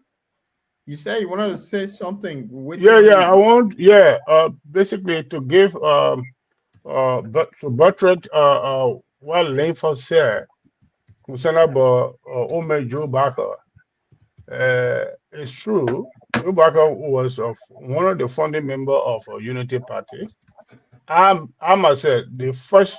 Hold on. Padilla, you said Joe Barker, a founding member of the Unity Party. Yeah, he is. Are you sure on that? Sure. That's the reason why they fired him from LPRC. Samuel Doe the one that fired him from LPRC. So you sure that statement is accurate because we were told that he's all right. Go on. Let me tell you something. When Unity Party was created, I was member of the youth group. At that time, I was using the police force. Unity Party by the late Kisiri. The first party for me to vote for in my country was Unity Party. I was in the police force because it was a secret ballot. Even though they gave all the other were in the government, they gave us NDPF party card. You say we should vote for NDPF. But I went and voted in secret ballot right at the police station. So you know what this for now be going to history. So no, I'm just trying to tell you, Joe Barker was member of the Unity Party from onset because he was not giving support to NDPF. They fired him from LPRC. That happened to him. But being Madame Serita, Joe Barker was doing nothing. He was playing choker. You understand? He was playing choker. He was nowhere. He was not doing nothing. Every work that he been doing, he gone zero. You were broke like a cherub. You understand what I'm saying? So is that a buttress then? Because that's different topic bringing out now. So no, it's not different topic. I'm buttressing what he said that Joe Barker was playing choker when he went for him. That's true. Okay, thank you for that. Yeah, Joe Barker was nobody. He was nobody. He was playing choker throughout the day. He was a champion of the choker player. You understand? Thank you. All right, thank you for the information. Jamal, welcome. Yeah, thank you very much. Thanks for having me. And Jamal, I don't know if you follow us. We're just talking about this issue with Josh. We are trying to back off now from rerun to do his normal thing. I think it'll be good for him to concentrate on developing Liberian sports as sports ambassador to see how the country's sports can improve. Then running to be president. What say you? if you're aware of this revelation that came out in his church. Well, but I can't speak for him, but what I know of, when he was president for 6 years, we expected the sports landscape to develop more, especially soccer in Liberia to develop. Nothing went, and we did not go in any of these regional competitions. That's one. So sport was not well supported under his leadership. When you say sport supported more, especially football, where he became a legend in Africa, we expect a lot of things to happen in our country in terms of supporting youth groups that are playing, community tournaments and many others. But well, if he says that, then fine. We hold that. That's a personal statement. That's welcome. That there are a lot of Liberians that have the ambition to become president. Let's give the other people the chance as well to run. And like I've been listening to a lot of talk shows, they are saying we need a third party, a third faction that will change things around for Liberia. People that they trusted, the Joe Boycott, the George Weah, the Ellen Salib, they were kind of disappointment. Some were better than others. So if he says that, well, that's the time for this. A personal decision. He had a reason why he wanted to go out of politics and go personal, pay attention to personal lives. That we should welcome that, we should respect us as an individual. That would be my argument on that. Then let's give other Liberians the chance. That's also should also do of our heart to him, because he honorably stood aside when the election result came out. We declared that he was not the winner and Joe Biden was the winner. And second to that, at this time of his age, like my colleague said, he's relatively young compared to most politicians there. If he is going to pull out of the political race right now, then we must give him credit as well and give other people a chance to can compete for the highest seat in the country that can do better for us. Yeah, I agree with you. I think this Paul, is the time. can I just add 1 second? Only 1 second to Jima. You see, and President Weah, like I told you, Weah was there for president. Okay, he saw everything. He knows the tension. He knows the good and bad thing about being president. So you Paul, you are proposing that he shouldn't even run for president, or he should go to become sports ambassador. But why would we move from the executive mansion, then he go to hey on sporting in Liberia? That if you look at the budget for sports in Liberia, that we are vacation money. So you waste the time to go say I'm in sports ambassador, this and that. No. Okay, so, let me hold on, Linford. Yeah. You see, the Ballon d'Or award that were given to this Manchester City midfielder who presented the Ballon d'Or, was it not Weah? Yeah. It was Weah. So I'm going to take you back to the late Pele. Pele was he was Minister of Sports for Brazil, but he know he's not a politician.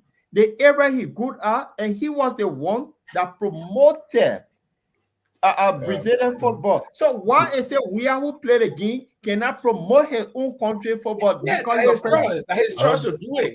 Listen, what Leaford looking at, when you're looking at the financial gain, Weah is rich.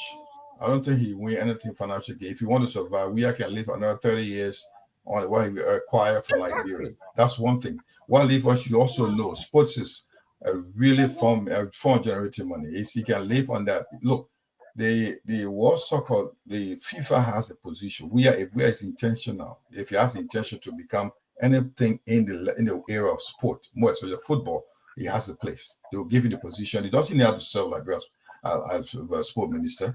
On the international scene, that's the point I'm trying to drive in. On the international scene, we are build up the junior professional. We know how he was really serious. That would be one of the best teams around today in Africa. But I don't know what when junior professional did not do well at some point on a regional level. If you really want to, without putting them into football, we can salvage funds around to put a good team together, and that can bring good money to his pocket if he wants. So the issue of him living without being a president is not a lot of opportunities for him to survive as an ex-president. In name alone, does not even need to go and run a football club.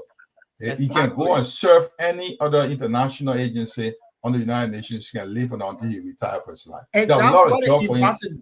Comes in. There are a lot of job for him, and that is better for him than even becoming facing a tension pack position like a president. Mr. Dollar, go on, sorry.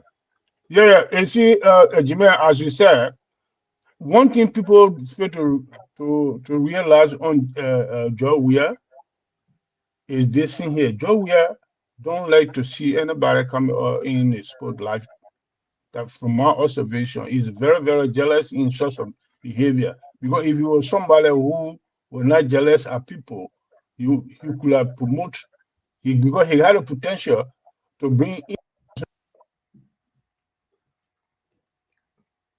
Yeah, let him go. He called it. His internet is not working. Listen, Yeah. I have a question on Mr. Dollar on that because Georgia was not, he was envious of some of the developers who have not given chance to. I know he may have, he single-handedly supported the Liberia football team. So I don't know, he did well. He has his bad days. But Mr. Dollar, you finish speaking, I have some questions for you regarding to Georgia envy about being envying other people. I don't know what you're talking about. Can you speak more on this? What are you talking about? Yeah, but what I'm saying here is Georgia have not been someone who really want to see somebody name coming up in a sport life compared to him. That's my observation. He's a very jealous guy. Mr. Dollar, but because he had a potential. He had a potential to help people. He had a capacity. He had the international contact to help a lot of Liberians. He did. But he did, Mr. Dollar. I want to play the devil's advocate for we are. Yeah, but yeah, you were good. Let me answer to Mr. Dollar. Mr. Dollar, do you know how many persons Georgia supported in terms of football? And do you know that the national team that he's single-handedly supported? Come here. The national team, or during the course of the war, he single-handedly pocketed. It was from his pocket. Do you know that? Yeah, you know what? 1 second. You know what Chatila said? Yeah, excuse me, Mr. Kamara. You know what Chatila said that time? That made him to run away from the country?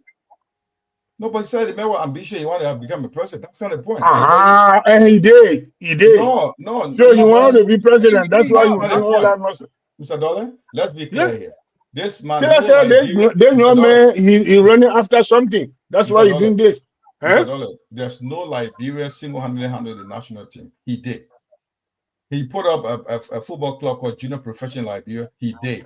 And he also helped a lot of Liberians outside you don't know about. He helped, I know a couple of Liberians, he gave them money to set up business. I know. That happened in Holland. Where he used to go and pick on the children.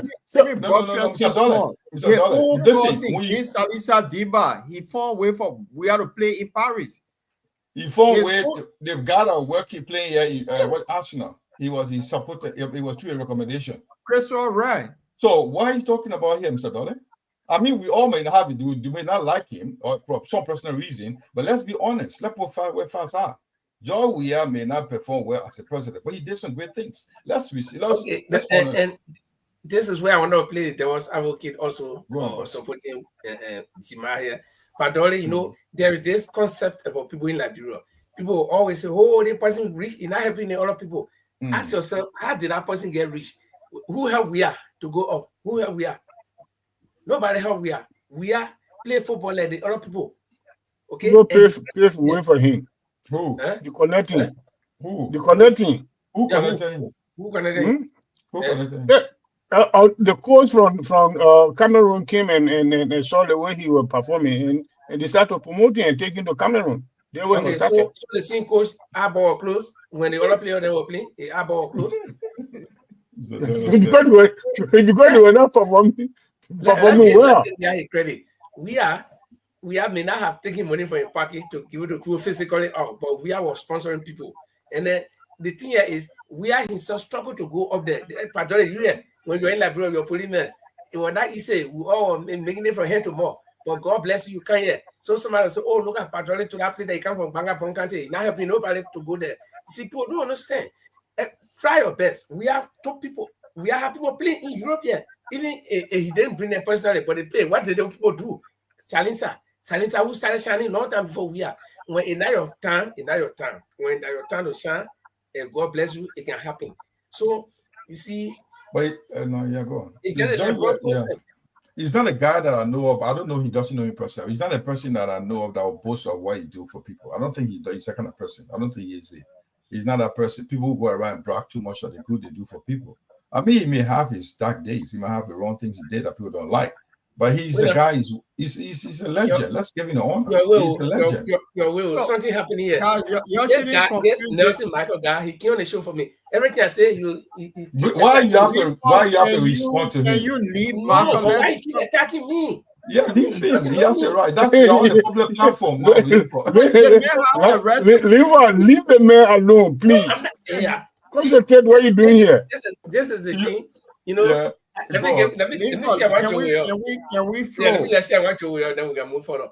Go on. There was this old man, he was kind of uncle to me. He always used to say, when you in the time, you the chief, people will be doing bad things to you. But by the time you the chief, you turn around and start doing the man fighting. They say, hey, be that chief, I mean a bad chief, be. But by the time you fight high, turn around, all the men say, no, move around, the chief can't do that. Chief, you're not supposed to fight it, man. I said, I'm talking about things. The man keep attacking me. I know nothing about like, bro. I mean, the win. He even know me. As far as we are concerned, you're on the public platform. I agree. I take everything. You're on the platform. Yeah, the that's brother is nice. Anything, He's nice. Yeah, you so know let me say, make it. Limba, if you don't want to hear that, leave the platform. Anyway, so guys, we'll be here on Friday. We are here every Tuesday and Friday. Michael, always come here. You hear more. Right, Michelle, right. It's Nancy Michelle. That's the name, right? Nancy. Limba. Let me make my last statement on the weird issue. The weird argument here, you people win. Oh, okay. You guys didn't win. Thank you. Because I don't know much about him in terms of supporting people internationally. What I do know that this man was in a position where he could help a lot of people. You could organize a police academy, a football academy in our country. People will benefit from it. He don't do it. All right. So all the things there are taking it very serious. Padole, I will hold you there. You see, yeah, go on. When you focus on one thing, you can do it well. But it mentor the whole country. Somebody with health problem, that his problem. Somebody with car problem, that his problem. Somebody with job problem, that his problem. So the mistake he made, that the one he realized, he could have just gone into the sport arena and do more for the country. But if he president, my toe heading today, I will cost Joseph Barker because I can get jobs from JFK. That's the responsibility. Everything is on your head. So because everything was on your head, he could not deliver. That's why he was going in the studio to make music, dancing Buka dance, because he could not do it. So if you are going to focus only on football or sports, he was going to deliver. So now, this is the time that he can put Liberia on that map. You remember? No, Paul, I'll disagree with you. George, we have reached the highest peak in football. So there was nothing more for him to prove. I agree, but then what happened? The other people that reached the higher peak in football. Why you can't at least you have money now? Why you can't open football academy in our country? This is what I want to say. Money, he can decide what to do with it. On this. Huh? George, we have the time now to make Liberia to do everything that Liberia should reach. To be the first, to reach to go to World Cup. It never happened. Liberia gets sports ministry. The sports ministry should do something. Leave for. You know the budget of sports ministry. Leave for. You know the budget. You see, George, we can go to Bill Gates and get funding because his name George we are to put into Liberia. This is where the money comes in. Then talking about sport ministry that even their budget not even reach $2.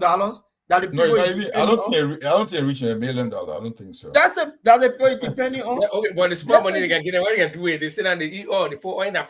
They got staff. They got other activities to look after. They can't go hungry. They have to pay their. They have to pay their way to go to work and pay their rent. We should get one thing. It's not only a minister of sport, it's a ministry of youth and sports. So two different activities going on in that place. So it's not only youth sport activities. So the budget is small, so they can't even handle sport activities.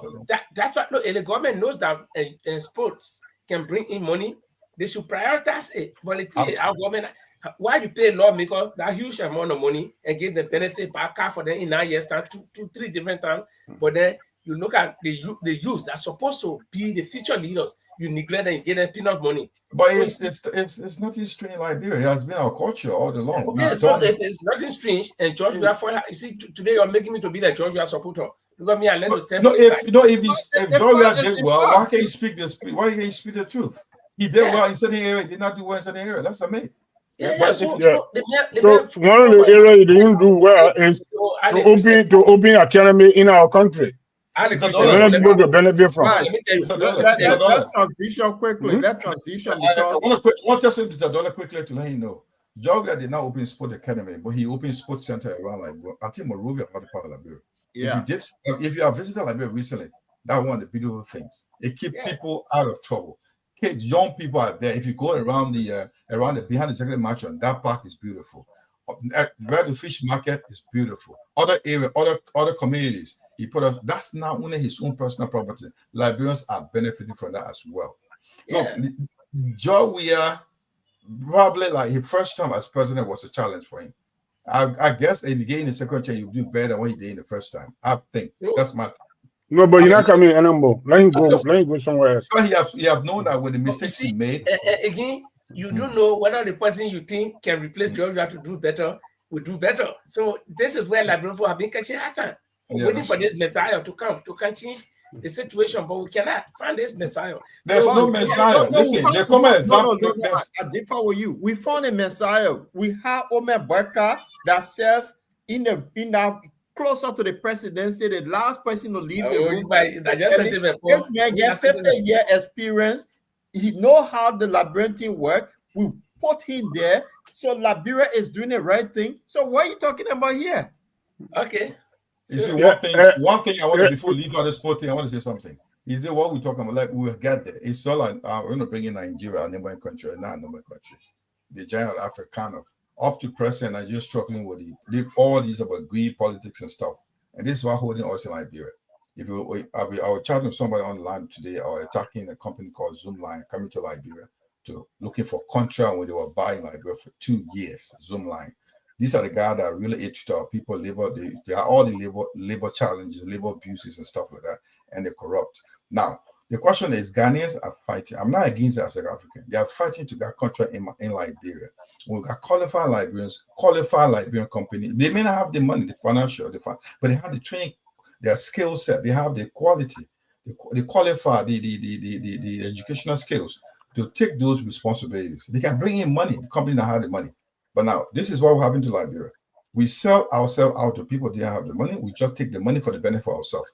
We're talking about what we're doing. I will tell you, it's part of our life. Well, if you look at Liberia right now, not many Liberian companies are running big companies in Liberia.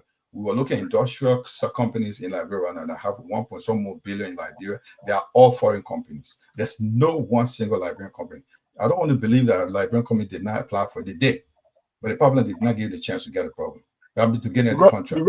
Yeah, because they want people to bribe so them. that's one thing. That's a problem. These are the factors that are holding up having problems with Liberia. Now, look, I bet you go to Ghana, you say you're looking for a job, you will never get it. Today, Zoom Lion took this boy. I don't know the boy that worked for Spoon. He took him to Ghana, carried the facility to see what they are doing in that place. And they're telling him they want to bring that company to Liberia. Are you telling them we don't have Liberian outside that can go and do the job, or in Liberia can do the job? Can build up a company. You don't have to brand. I mean, a new company, a new plant can be built in Liberia, can employ Liberians. We are not. There are many Ghanaians running companies in Liberia. Yeah, of course they are, but they're genuine companies. You know, but you got to look at it all the way. Most of those companies that come from places like Ghana, you can't tell me Ghana so full that those companies cannot operate there. But something wrong. Even they are there. Their contracts and the 4 million. John Mahama is not going to extend the company because they are corrupt practices. I'm just telling you something. John Mahama, the present company, for them to come to Liberia where they can make it easily. And because our vice president, the 2 mayors, your vice president, the one behind it. Our top minister, I don't know who is behind this, but Paul may have proof to that. They took the 2 mayors. All the bad things in the country, now the vice president behind it. To go to Ghana, the 2 mayors to go Ghana to see the facility. They came back. Up to now, Zoom now is telling us they have right to our country like if you see today, Honorable Edwin Snow wrote that they would not give Zoom line, they should not give that contract. The news just came out press release today, but they're not listening. So those guys are bidding for the country in Liberia. So the question in our country is, why can we help empower our people? Why is it that we liked our own greed, self-greed, and give it to outsiders? Why is it our issue for us? Why is this going on in Liberia? It's very, very bad. The thing is a clear indication, is the open secret. we want everybody in the offices and the one to receive bribe from people before they can even look at your But even if document. you're receiving bribe, why can't you take small, let other people get some too? But you want to They're take not all doing that and because let they Liberia know. suffer. Yeah, because they know the typical Liberian man go to your office for the contract. He will be skeptical to ask him for bribe before he expose you. So obviously they will bring all the technicalities to discourage the person. Yeah, We've been but seeing it. Some of Mr. Dollar the and typical Linford. Liberian man does not have that much capital to come to establish that kind of business. So It's when easy. Linford, I'll it's tell you very right now. easy, Linva. I'll You tell can you. take No, you can Linford, it's very Linford, this easy. guy Linford, goes to the bank. This guy goes to Linford. the bank and gets them amount of money. When the guy comes to the relevant authorities and they say, "My man, you gotta do something." The same money you come from credit you start giving it up. So No, when but you start Linford, let me give you the contract to run maritime operation in Liberia as Linford. You got people from outside who give you the financial capacity. That's what we're talking about. You may not have the finance. Yes, hold sir. on. We had a program on this same platform here, and this very Linford. Remember the logistic company we're talking about, the government were bringing, they spent $6 billion to bring military equipment. Yeah. And Linford said, give it to him. This is the same Linford now saying something different. No, wait. What did I say at that time? You said they can get you the contract, you'll be able to bring those things to Liberia. Jema is saying the same group, Liberia capable of doing it. But what I'm asking, did I say? Yeah, he said the Liberian board don't have the money to start from to start. You're yet tracing that's the same thing you're saying. How do you get it? You say, oh, it's easy to create. That's the same method. Yeah, but one of the things I said during that program was people saying that before you do logistics, you should have the physical means. Like you should have the trucks, the ship, and all. I said no. You can have the company. Look at companies then Kwele and Naga. No people logistic companies around. They don't have ship. They don't have ship that they own. Okay, you cut that way. They got no. They should have no people manual trucks in Liberia. So if you come from sorry. No, they got big trucks. So when a businessman comes from Banga those days or Ganda to come back, tender goods, he didn't get truck, so you hire that truck, that logistic right there. So the truck carrying the goods, it belong to the goods owner, but that truck no job to do. So if you tell me to bring the military equipment from Ano Cameroon or wherever, you give me the contract, forget about how you get to Liberia. Now we sign our contract and say when you want your goods in 2 months time. Well, I do agree with what you're first saying because it's a Liberian, he benefited from it, he can get the money from anywhere. But what we are saying, but this is it. Why you pushing Jema is the same thing for the Liberia capable of doing what is Ghanaians coming in to do. So if the money available, why don't you give the money to Liberians to do it? No, it's not even that. There's no money. Let me tell you what happened. What I understand to you, let me give you a little bit of what's happening. The MCC, River City Corporation, is coming over. Called it's kind of PPP, right? The public partnership. You bring your money, you invest into it like a business, you give us something, but you got to be a level that Liberia can afford. Bring the money in, but we'll give you the contract for a couple of years. But then what do? You come up with the money and we'll sit down, we discuss it. So it should be done in a way that Liberia will not be a victim in terms of environmental level, job creation, also many others. And those are the things the Liberian government will come up with. But now, what do? You prioritize Liberian companies.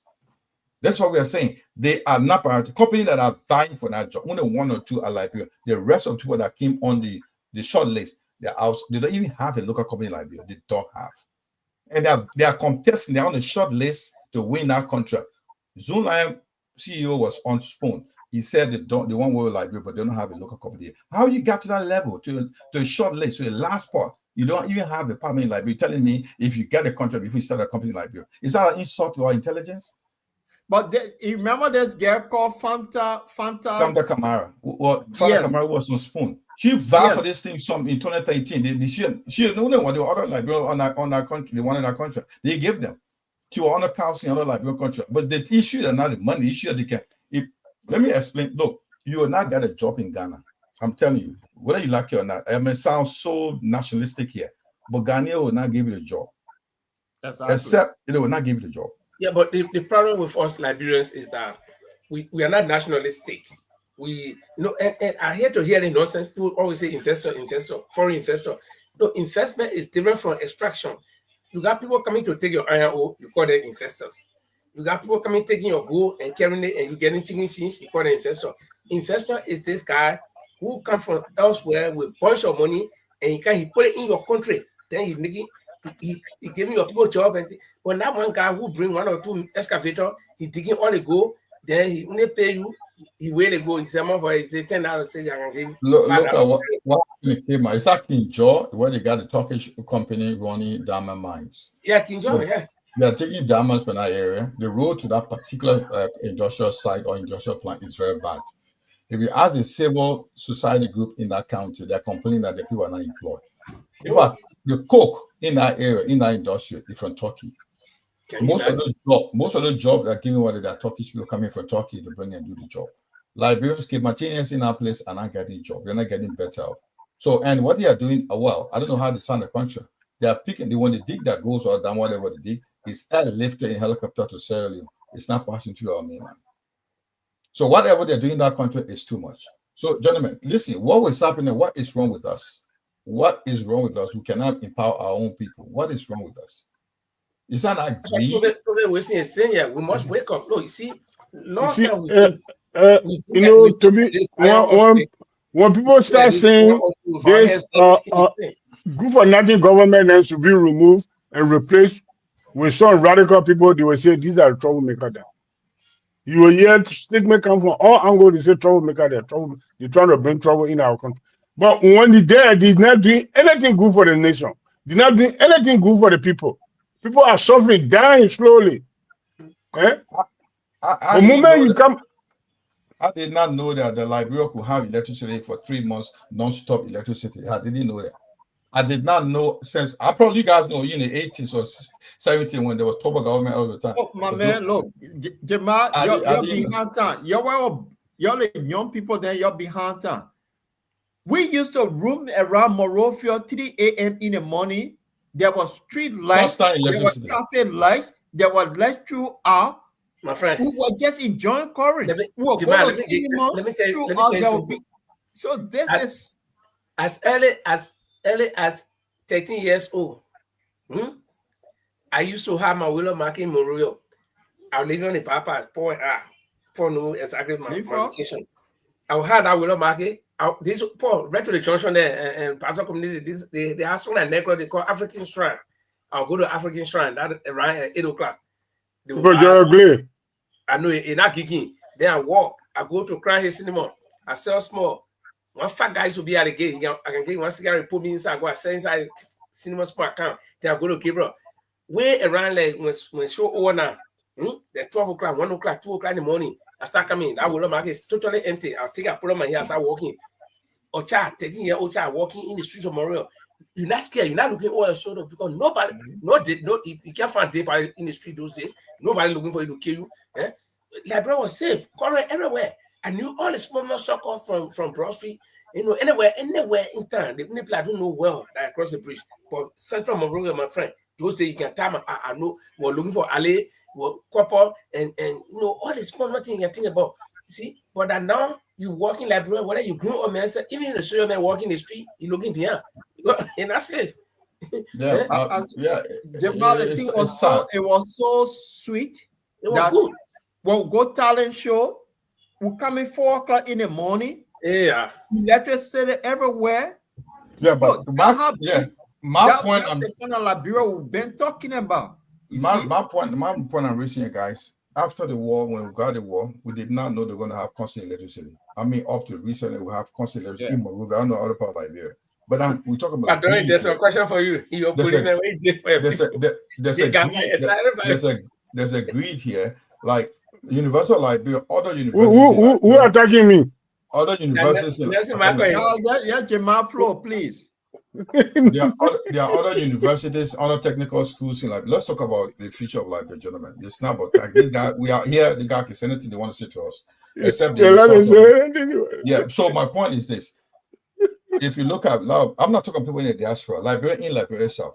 There are a lot of people that graduated from polytechnical schools or universities, other universities in Liberia, they don't have jobs, right? They don't have jobs. Even if you have gone to Monrovia, I was in Liberia the last 3 months. MCC or having the government of Liberia want to clean the graveyard since Central Street. If you see hundreds of kids came out to just get a job a day. MCC was giving them to make sure to clean that graveyard because I think it was decoration they're coming closer. So they want to clean that graveyard. So if you see almost 80% of these people were high school graduate. 80% were high school, let's say 90%. And not only that, they were skilled people. But where can you find a job? Yeah, those don't want to be small sellers. They want to have their own profession to do something. Not everybody want to be business. If you go to water side, almost everybody's selling. Who is going to buy from who? So there are a lot of things we need to do. We need to set up in a way that we employ other people. We need to create a community wealth building. We need to give the Liberians a chance to develop themselves. Well, I'm not against foreign companies coming to Liberia to get a job, but let's prioritize our people. This is not happening. It's hurting us. It's hurting us badly. If you go to Liberia and see how people are struggling to live, Liberia is so small that if the government agree to create job and create a private companies to come, Liberia coming to develop private companies, I can tell you, we can't even provide a human resource. It'll be small. We will get it for other people. Then we can bring other people in. But we don't even have. But let me tell you one thing, Chima. When it comes to job creation, we always think that government should create a job. How much can government do? They only employ few people. But the point, what they need to do here is look at key areas and invest in it through the bank, through loan scheme. Look at the construction area. Construction got a lot of jobs. You got the garden, the man who will be driving the caterpillar or the grater or whatever to clear the site. You got a man the people who can use the excavator or whether they're using the labor, they're using their hands to do it, to lay the foundation. They get a man who can lay the blocks. Then after that, you get a plumber. So there are different groups just for one building. Now, so give Liberian loan to go into real estate, or government can open real estate. Now, you got MVTC, you got the children here doing some of them doing plumbing. I got a little boy who live with me. Okay, he went to MVTC. The boy can live. We know he can do everything. Okay, that's why he living back. So empower the people. Give them some small loans that 2 or 3 guys can go and say, okay, we'll open this so estate. We'll be building houses. They'll employ people. Now, and one of the things about Liberia is, you see, I would say the University of Liberia always get problems. All the campuses, they always got problems because they go down the political side of doing sociology and all these things. The University of Liberia will be empty, and no MVT, no vocational schools will be packed. Because if you get trade here in Norway, what happened? The children go to school. We the foreigner, we ask to pay. You can't say you want to go learn penny boy, get any degree, a lot. It doesn't work yet. Okay. So who told you say government can create job? Government can create job. I can give you example. The thing is, if you get bad leadership, you get bad things. If you get good leadership, you get it. Yeah, government can create job, but you can't. Government can create job. Let me tell you something. No, I'm not denying that. Yeah. So I said it the wrong way. They can create job, but they can't employ all the people. No, they can't employ, but they create the enabling environment for people to be employed. I was in Manchester with Jamal about a week ago. We went to a little supermarket. The government built facility that people can come and rent and employ people. It just take a visionary leader to do that. With me and you on the program, we spoke about this young man in Burkina Faso that came with us and he built a tomato plant. Look at the amount of people that work in that tomato plant today, that everybody, and they became shareholder of that tomato plant. The government, it just take a visionary government to do something like that. The young people, that are so many in Liberia, what do? You come to power, that we get more young people than the other people, and your focus should be on those young people. So you create an environment. Now they think that Jamal brought up about this company coming from Ghana. If you have Liberia into, you know how many young people you're going to take out of the street to do that? This is the point we're making. You see? So it's that visionary leader that drives the nation. In the UK here, do you know everything was owned by the government? The houses, British gas, British telecom, British everything. Later on, before they outsource it to private company. So government can do the same thing. You talk about estate. We get housing association in Liberia. They don't build houses. So if you land on houses, people start paying. You know who gonna do that? They see electric, they picking a come from BTC or VCC will be able to pull the cable. The other one will do what? The how called plumbing. These are all jobs that government can do. Yeah, and the government get a national housing, and savings bank. I don't want to say that. Yes. Of course, it's there. That's the group I'm talking about. Yeah, so I know a group of Liberians or one group businessman can go and say, "Oh, I need this amount of money. Let me go open real estate somewhere."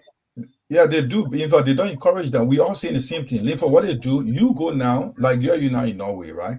You're a specialist in terms of marine affairs, marine operations. You are not a technical person, but on the mission level, the management level, you can do that. Now they got AP terminal. Now you go to AP terminal, you got a different idea. I'm a Liberian. What 2 or 3 years ago, when they come to Liberia, they will train our Liberia and turn the business over to Liberia to run AP terminal. It's not doing like that. We should take over. That's why they call direct investment, that direct foreign investment. You bring in the money, you train our skills, Liberians, you got the skill, you got to take over the company. They're not doing that. I'm not advocating or vouching for Liberian diaspora to go and take the job. But let's deal with Liberians. We okay here. We got our job and got to deliver. Liberians in Liberia, you got something to do.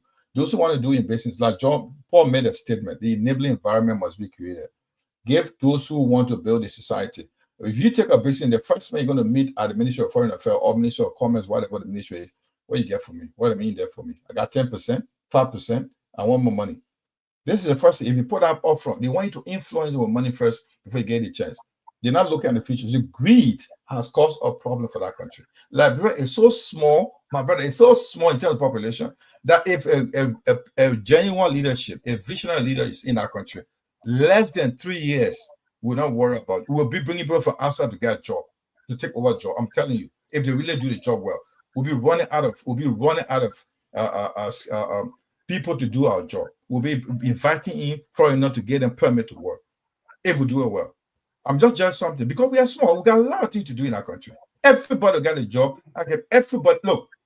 When you should do that, those disabled people, then you put on some kind of social welfare system. Then you create a system for them to survive. They don't have to depend on other people. Then you get the youth to go to work, to go to school, to get skilled. But the government can do that. We were just listening to Spoon yesterday. They say how many money they spent on lobbying. How many millions they spent to get deals coming to Liberia. You put that into some. Of course, they got a way to pay money for lobbying. It's a lot of things. It's a lot of things that our government got to look at. Because everybody's saying the government should create an enabling environment, and there are several ways. Number one, Tobe will suggest posted something here that in most countries in the world, investors go there to establish. You got to get a spearhead, somebody in the local, pass through that person. Okay, and that person be your partner on the ground. They can through then that person, other people will be able to get you too. That one way to support yourself. I'll be to continue. Continue. You know what happened when we all ran away from Liberia, one of the refugee camps. I ended up in Guinea. Because I was at the medical school at the time. I worked with MSF, Doctor Without Borders. The medicine, what they did, Liberian refugees are their medical counselor. What the government of Guinea did, they came up with their own local administration. You cannot employ anybody, must be a Guinean. So you know how we got employed, we came as refugee. The MSF came with a different team called Refugee Community Team because that's on the United Nations. So that's how we got employed. We have a few Liberians that got employed. One down is late now, something down. What is first? Something down. He and myself, one other woman, call him something Collie. We were the Liberian and the guy who now the Guinea ambassador to Liberia, ambassador to Guinea, one for Bagisi. Now we were the one that was working at MSF at the time. But they were honored, not Guinea authority, but you cannot come to Guinea if you don't pass through the local administrator. Never. But now, look what's happening in our country. Now you go to look at what happened. The Minister of Labor is even struggling to defend himself, giving permits to foreigners. When we got to qualify people in our country. What's wrong with in Liberia, my people? Somebody help me answer this. That's the problem. This is the thing we have always said. In Liberia, Can I say something, Jimmy?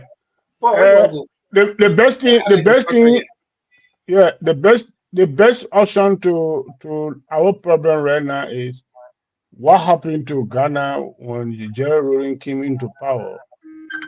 He wiped all the Dragonian politicians and put them where they belong and shipped the whole thing off and call people from the diaspora and tell them how you're working in UK, that how you're going to work here, how you are working in America, that how you're going to work here.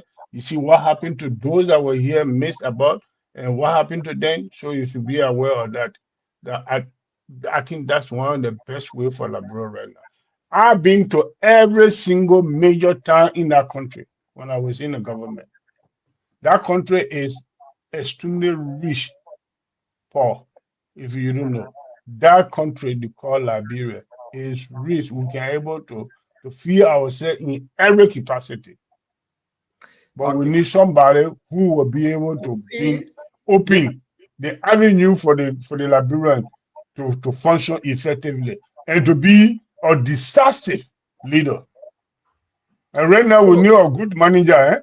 We need a good manager to manage our country. Politicians, let them go one side. Let manager take over and manage the country. We need good manager. Liberians, we ourselves the problem because we don't want to see better Liberia.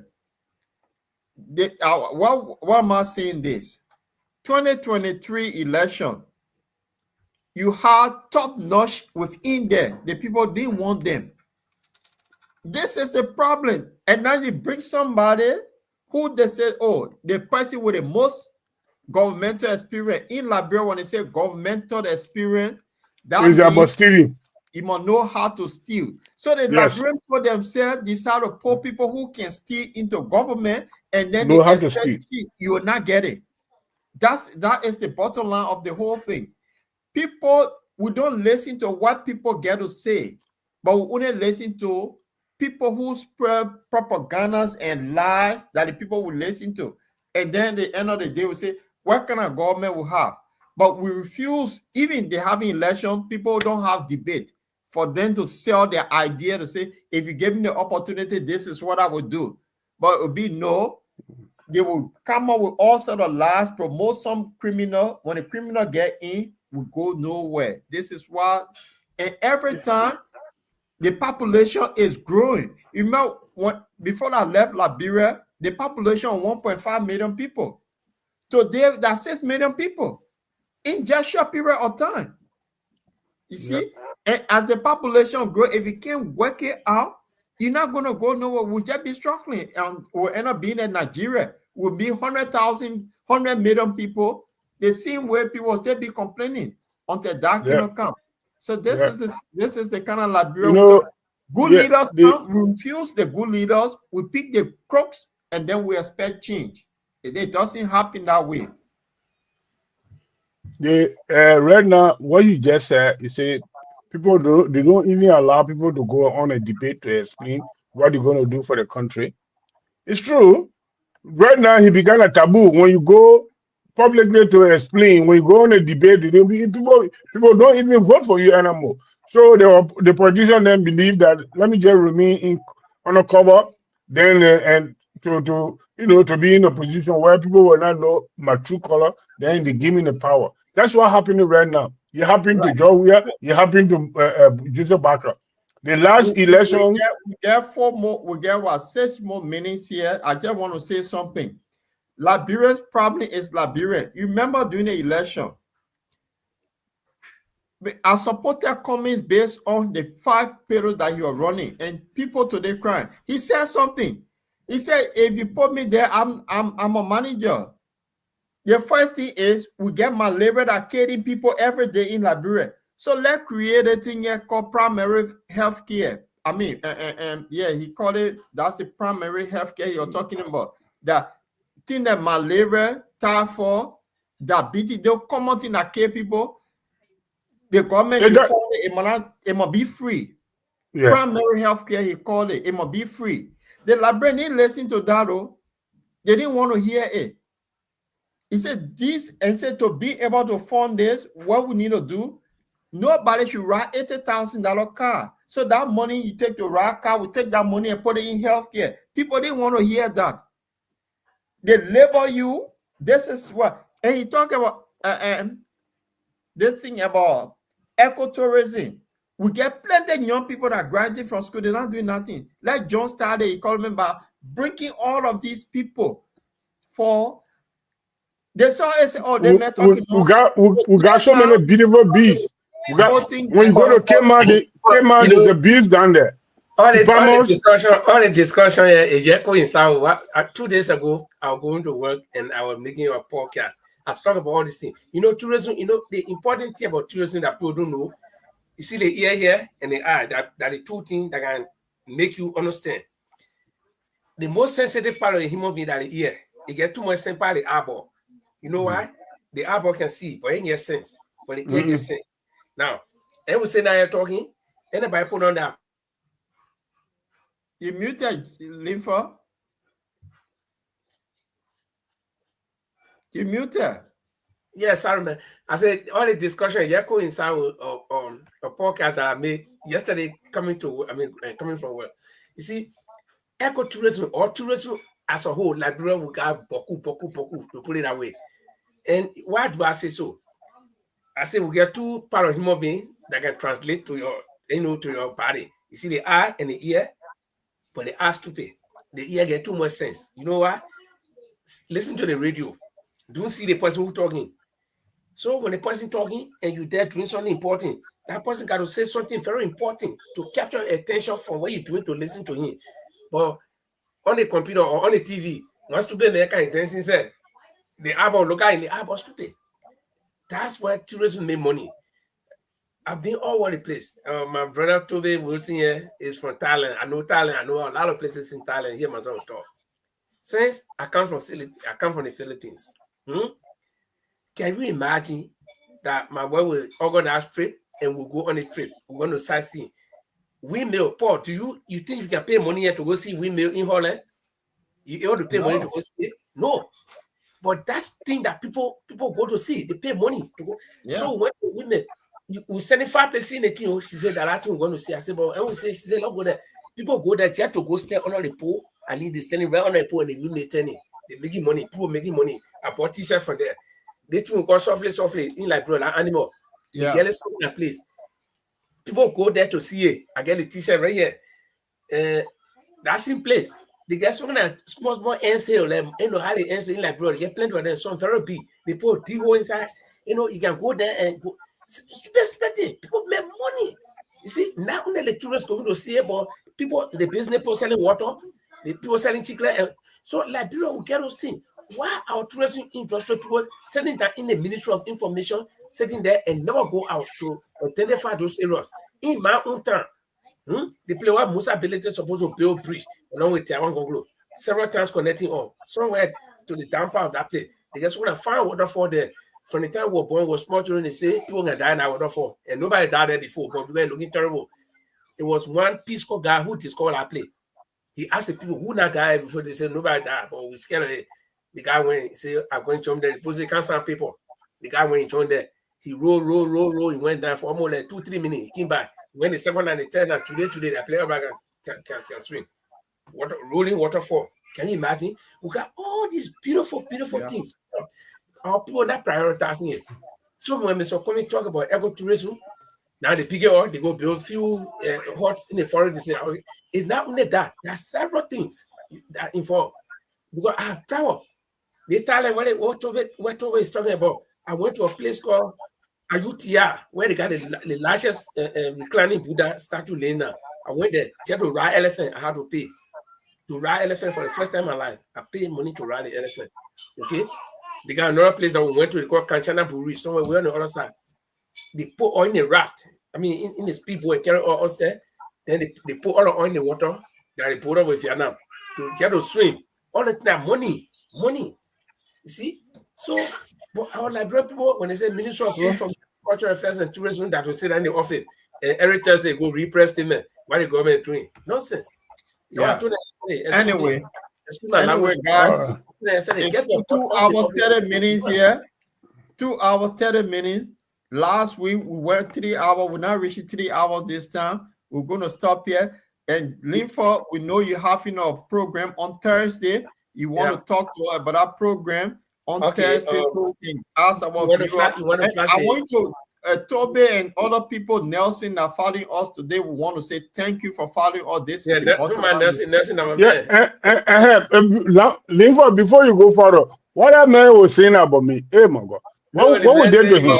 Brother, we're not on our thing. You read a comment later. Yeah, So the man say you're putting there, where you there for your people. The man are receiving money from we are. He didn't know me, but we are. But guys, we'll be having. Yeah, those are rubber things sometimes. You see the flyer we're going to be having. We Liberians in Norway we're going to be having our elections for our group. This group we have the election every 2 years. So this year is election year. We're not going to have election until 2026, 2027. So we have four people running. The 4 people you see at the top there are the 4 candidates, 3 men, 1 woman, and we have some very young people there. Okay, so we are opening a leadership to young people as well.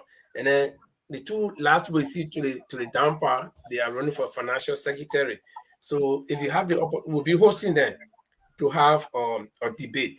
I think Paul or Padoli mentioned here that when we're having elections in Liberia, the candidates do not even have debate. And the reason why we all electing the wrong people is because we don't know what they'll give us. They don't promise us anything. They don't tell us anything to vote on.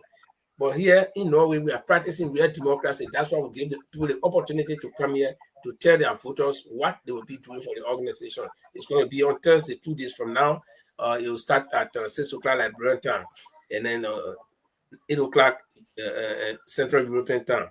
So if you have the opportunity, you can join. It's not the regular Battle Liberia thing like the way we do with discuss politics. No, we're just going to be dealing with people. I don't know how long it's going to last, but we don't expect it to be too long. But at the same time, on Thursday, they're going to be having a protest in Liberia. So if anything interesting happening in the protest, we might just place it in. And at the end of those people debate, maybe we can have a small regular show. We don't know yet. We're not promising you, but we just but the official time we're going to be here will be on Friday of this week. We are on every Tuesday and Friday. So Toby Wilson, welcome. Make this place your home. This is where we are. And I just want to make the other announcement to Linford in August, because we're getting closer to August. We will be hosting Mr. Cummings on the platform in August. So he communicated with him. He will give us the date. We're going to put the flyers up that will be hosting him on this program. So we'll be looking for. We also want to. We'll be contacting Per Monica Shell to relay the program in Liberia as well. So we're looking forward to the conversation with Mr. Cummings on the platform. And we were asking the question, does he intend to run? If he intend to run, what he's going to do, how he's going to fix the problem that we're talking about. So we're hosting next month. And one of the most interesting questions that we will not forget to ask him is, he had run 2 times. Why he still want to run the 3rd time? Why? Yeah, so we'll be hosting him next month on this platform. So we will send a date and a flyer up. They will be interesting. So, Linford, having said that, I mean, it was a good show. We reached the 2 hour 30-minute mark. This is why it is. You want to summarize something while you're closing part before we close off for the day? Okay, basically, I'll go back to the protest again. The protest, as stipulated or enshrined in our constitution, is the right of the people to assemble peacefully and petition their government or to call their government attention to certain things that they are not satisfied with. So the constitution gives us that right. Nobody can deny that. But how the process is done is the question. And the constitution also gave us the guideline. It says do it peacefully, assemble peacefully. Okay, and then what? The government has its own role too. The government says what? You should provide, the constitution says what? The government should provide security for the protesters as they assemble peacefully. So there are key words there. Provide security, that's a part of the government. Protesters do what? Assemble peacefully, be focused. So my only advice is when they go, they should be They should remain on the track of what they want to do. They shouldn't think that they are seizing the opportunity to change any government. I said it before. No protest, especially in Africa, can change any government. You'll try, the people can kill all of you. Okay? Right. Because they're protecting the nation. Dollar, let me talk before you. The reason being, I want to close on something because usually on a program, when we come, we can talk about religion and other things. But something happened. The former president of Nigeria, Buhari, passed away on Friday. I just want to show something for 11 seconds. No, it didn't pass on. It didn't pass away Friday. Like it's Sunday. Or Sunday. Yeah, he passed away Sunday. Okay, he was buried today. Today. Something I want to show. You see, power. We become so powerful. We become president. We get all the motorcade. We get all the security. But I just want to close on a note. Human life is just nothing. Look at this 11 second clip.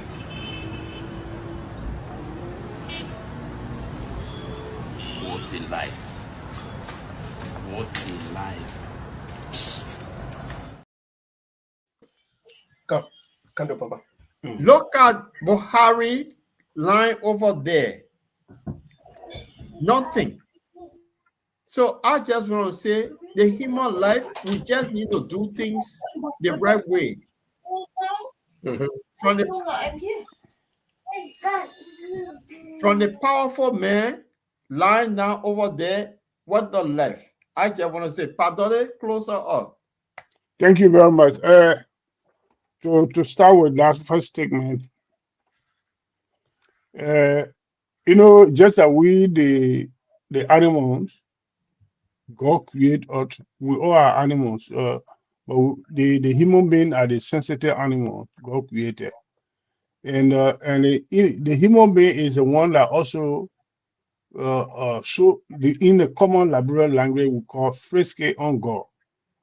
We too much frisky on God. We don't know, because there's a lot of powerful people have come in and go. Some of them even declare themselves as a God. One like Pharaoh declared himself as God. One of the former king in this period, in called Nebuchadnezzar from Iran. He will control Iran, Syria, and all these other countries there. So that's a kind of life we the human being belong to. When we are alive, with the little life God gave us and put it in our body, we take it so strong, we take it so big and things. Then the man who he saw laying down, so they passed through so many things. They did so many dangerous things to people. They kill people for power. They kill people for money. They do things. But yeah, they laying down there. So it's a common sense to teach everybody how to behave yourself.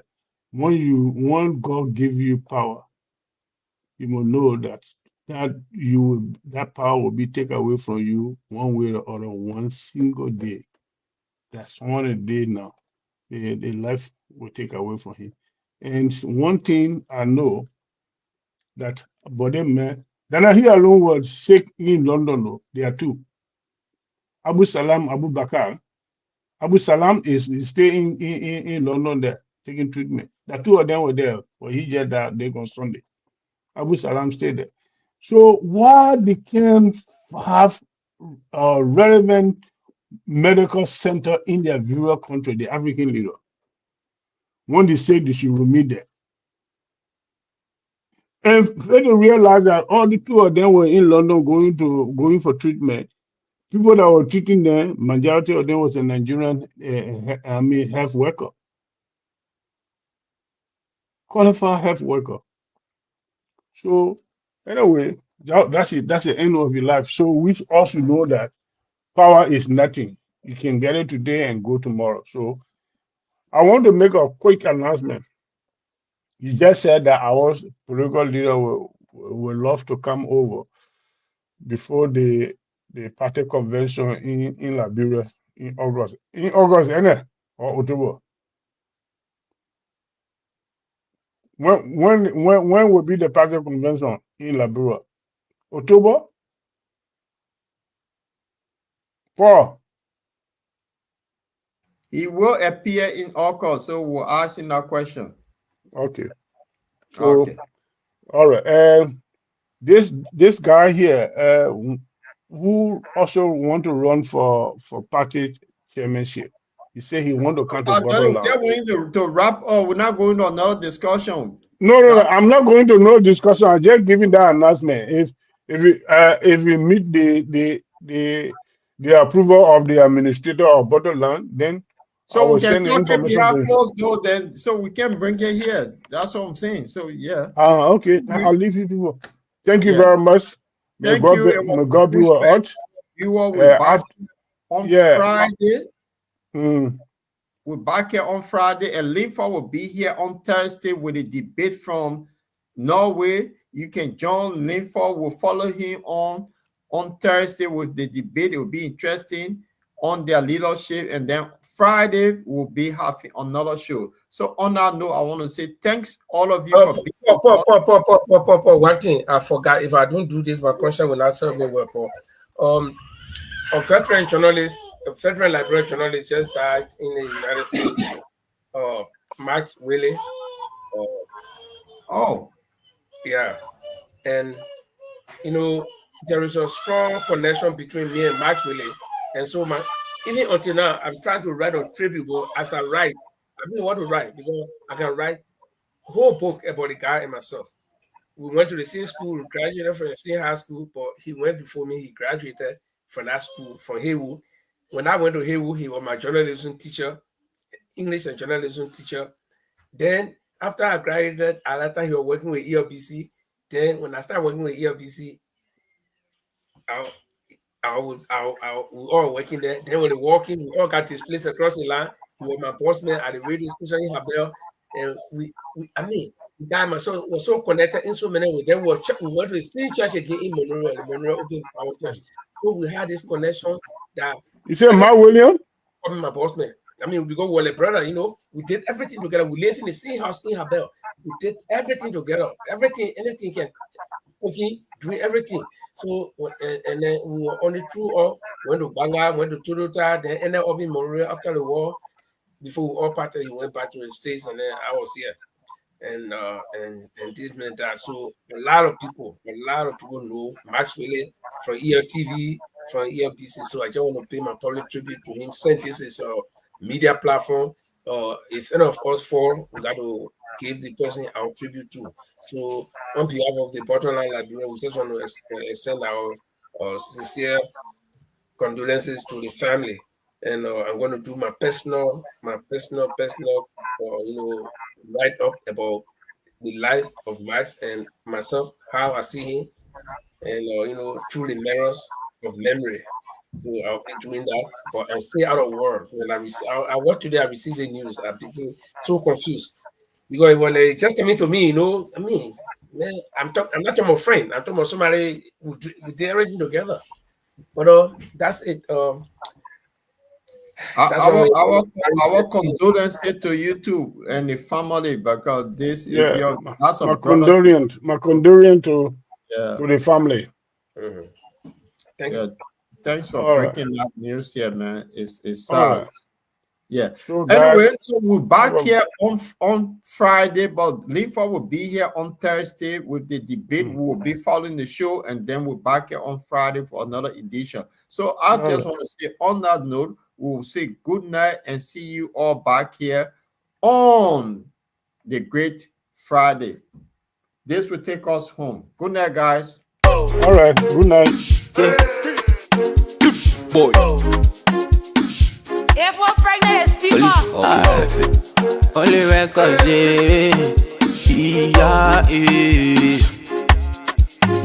Now you bad liquor on a table. You want me to don't can show yourself. Got plenty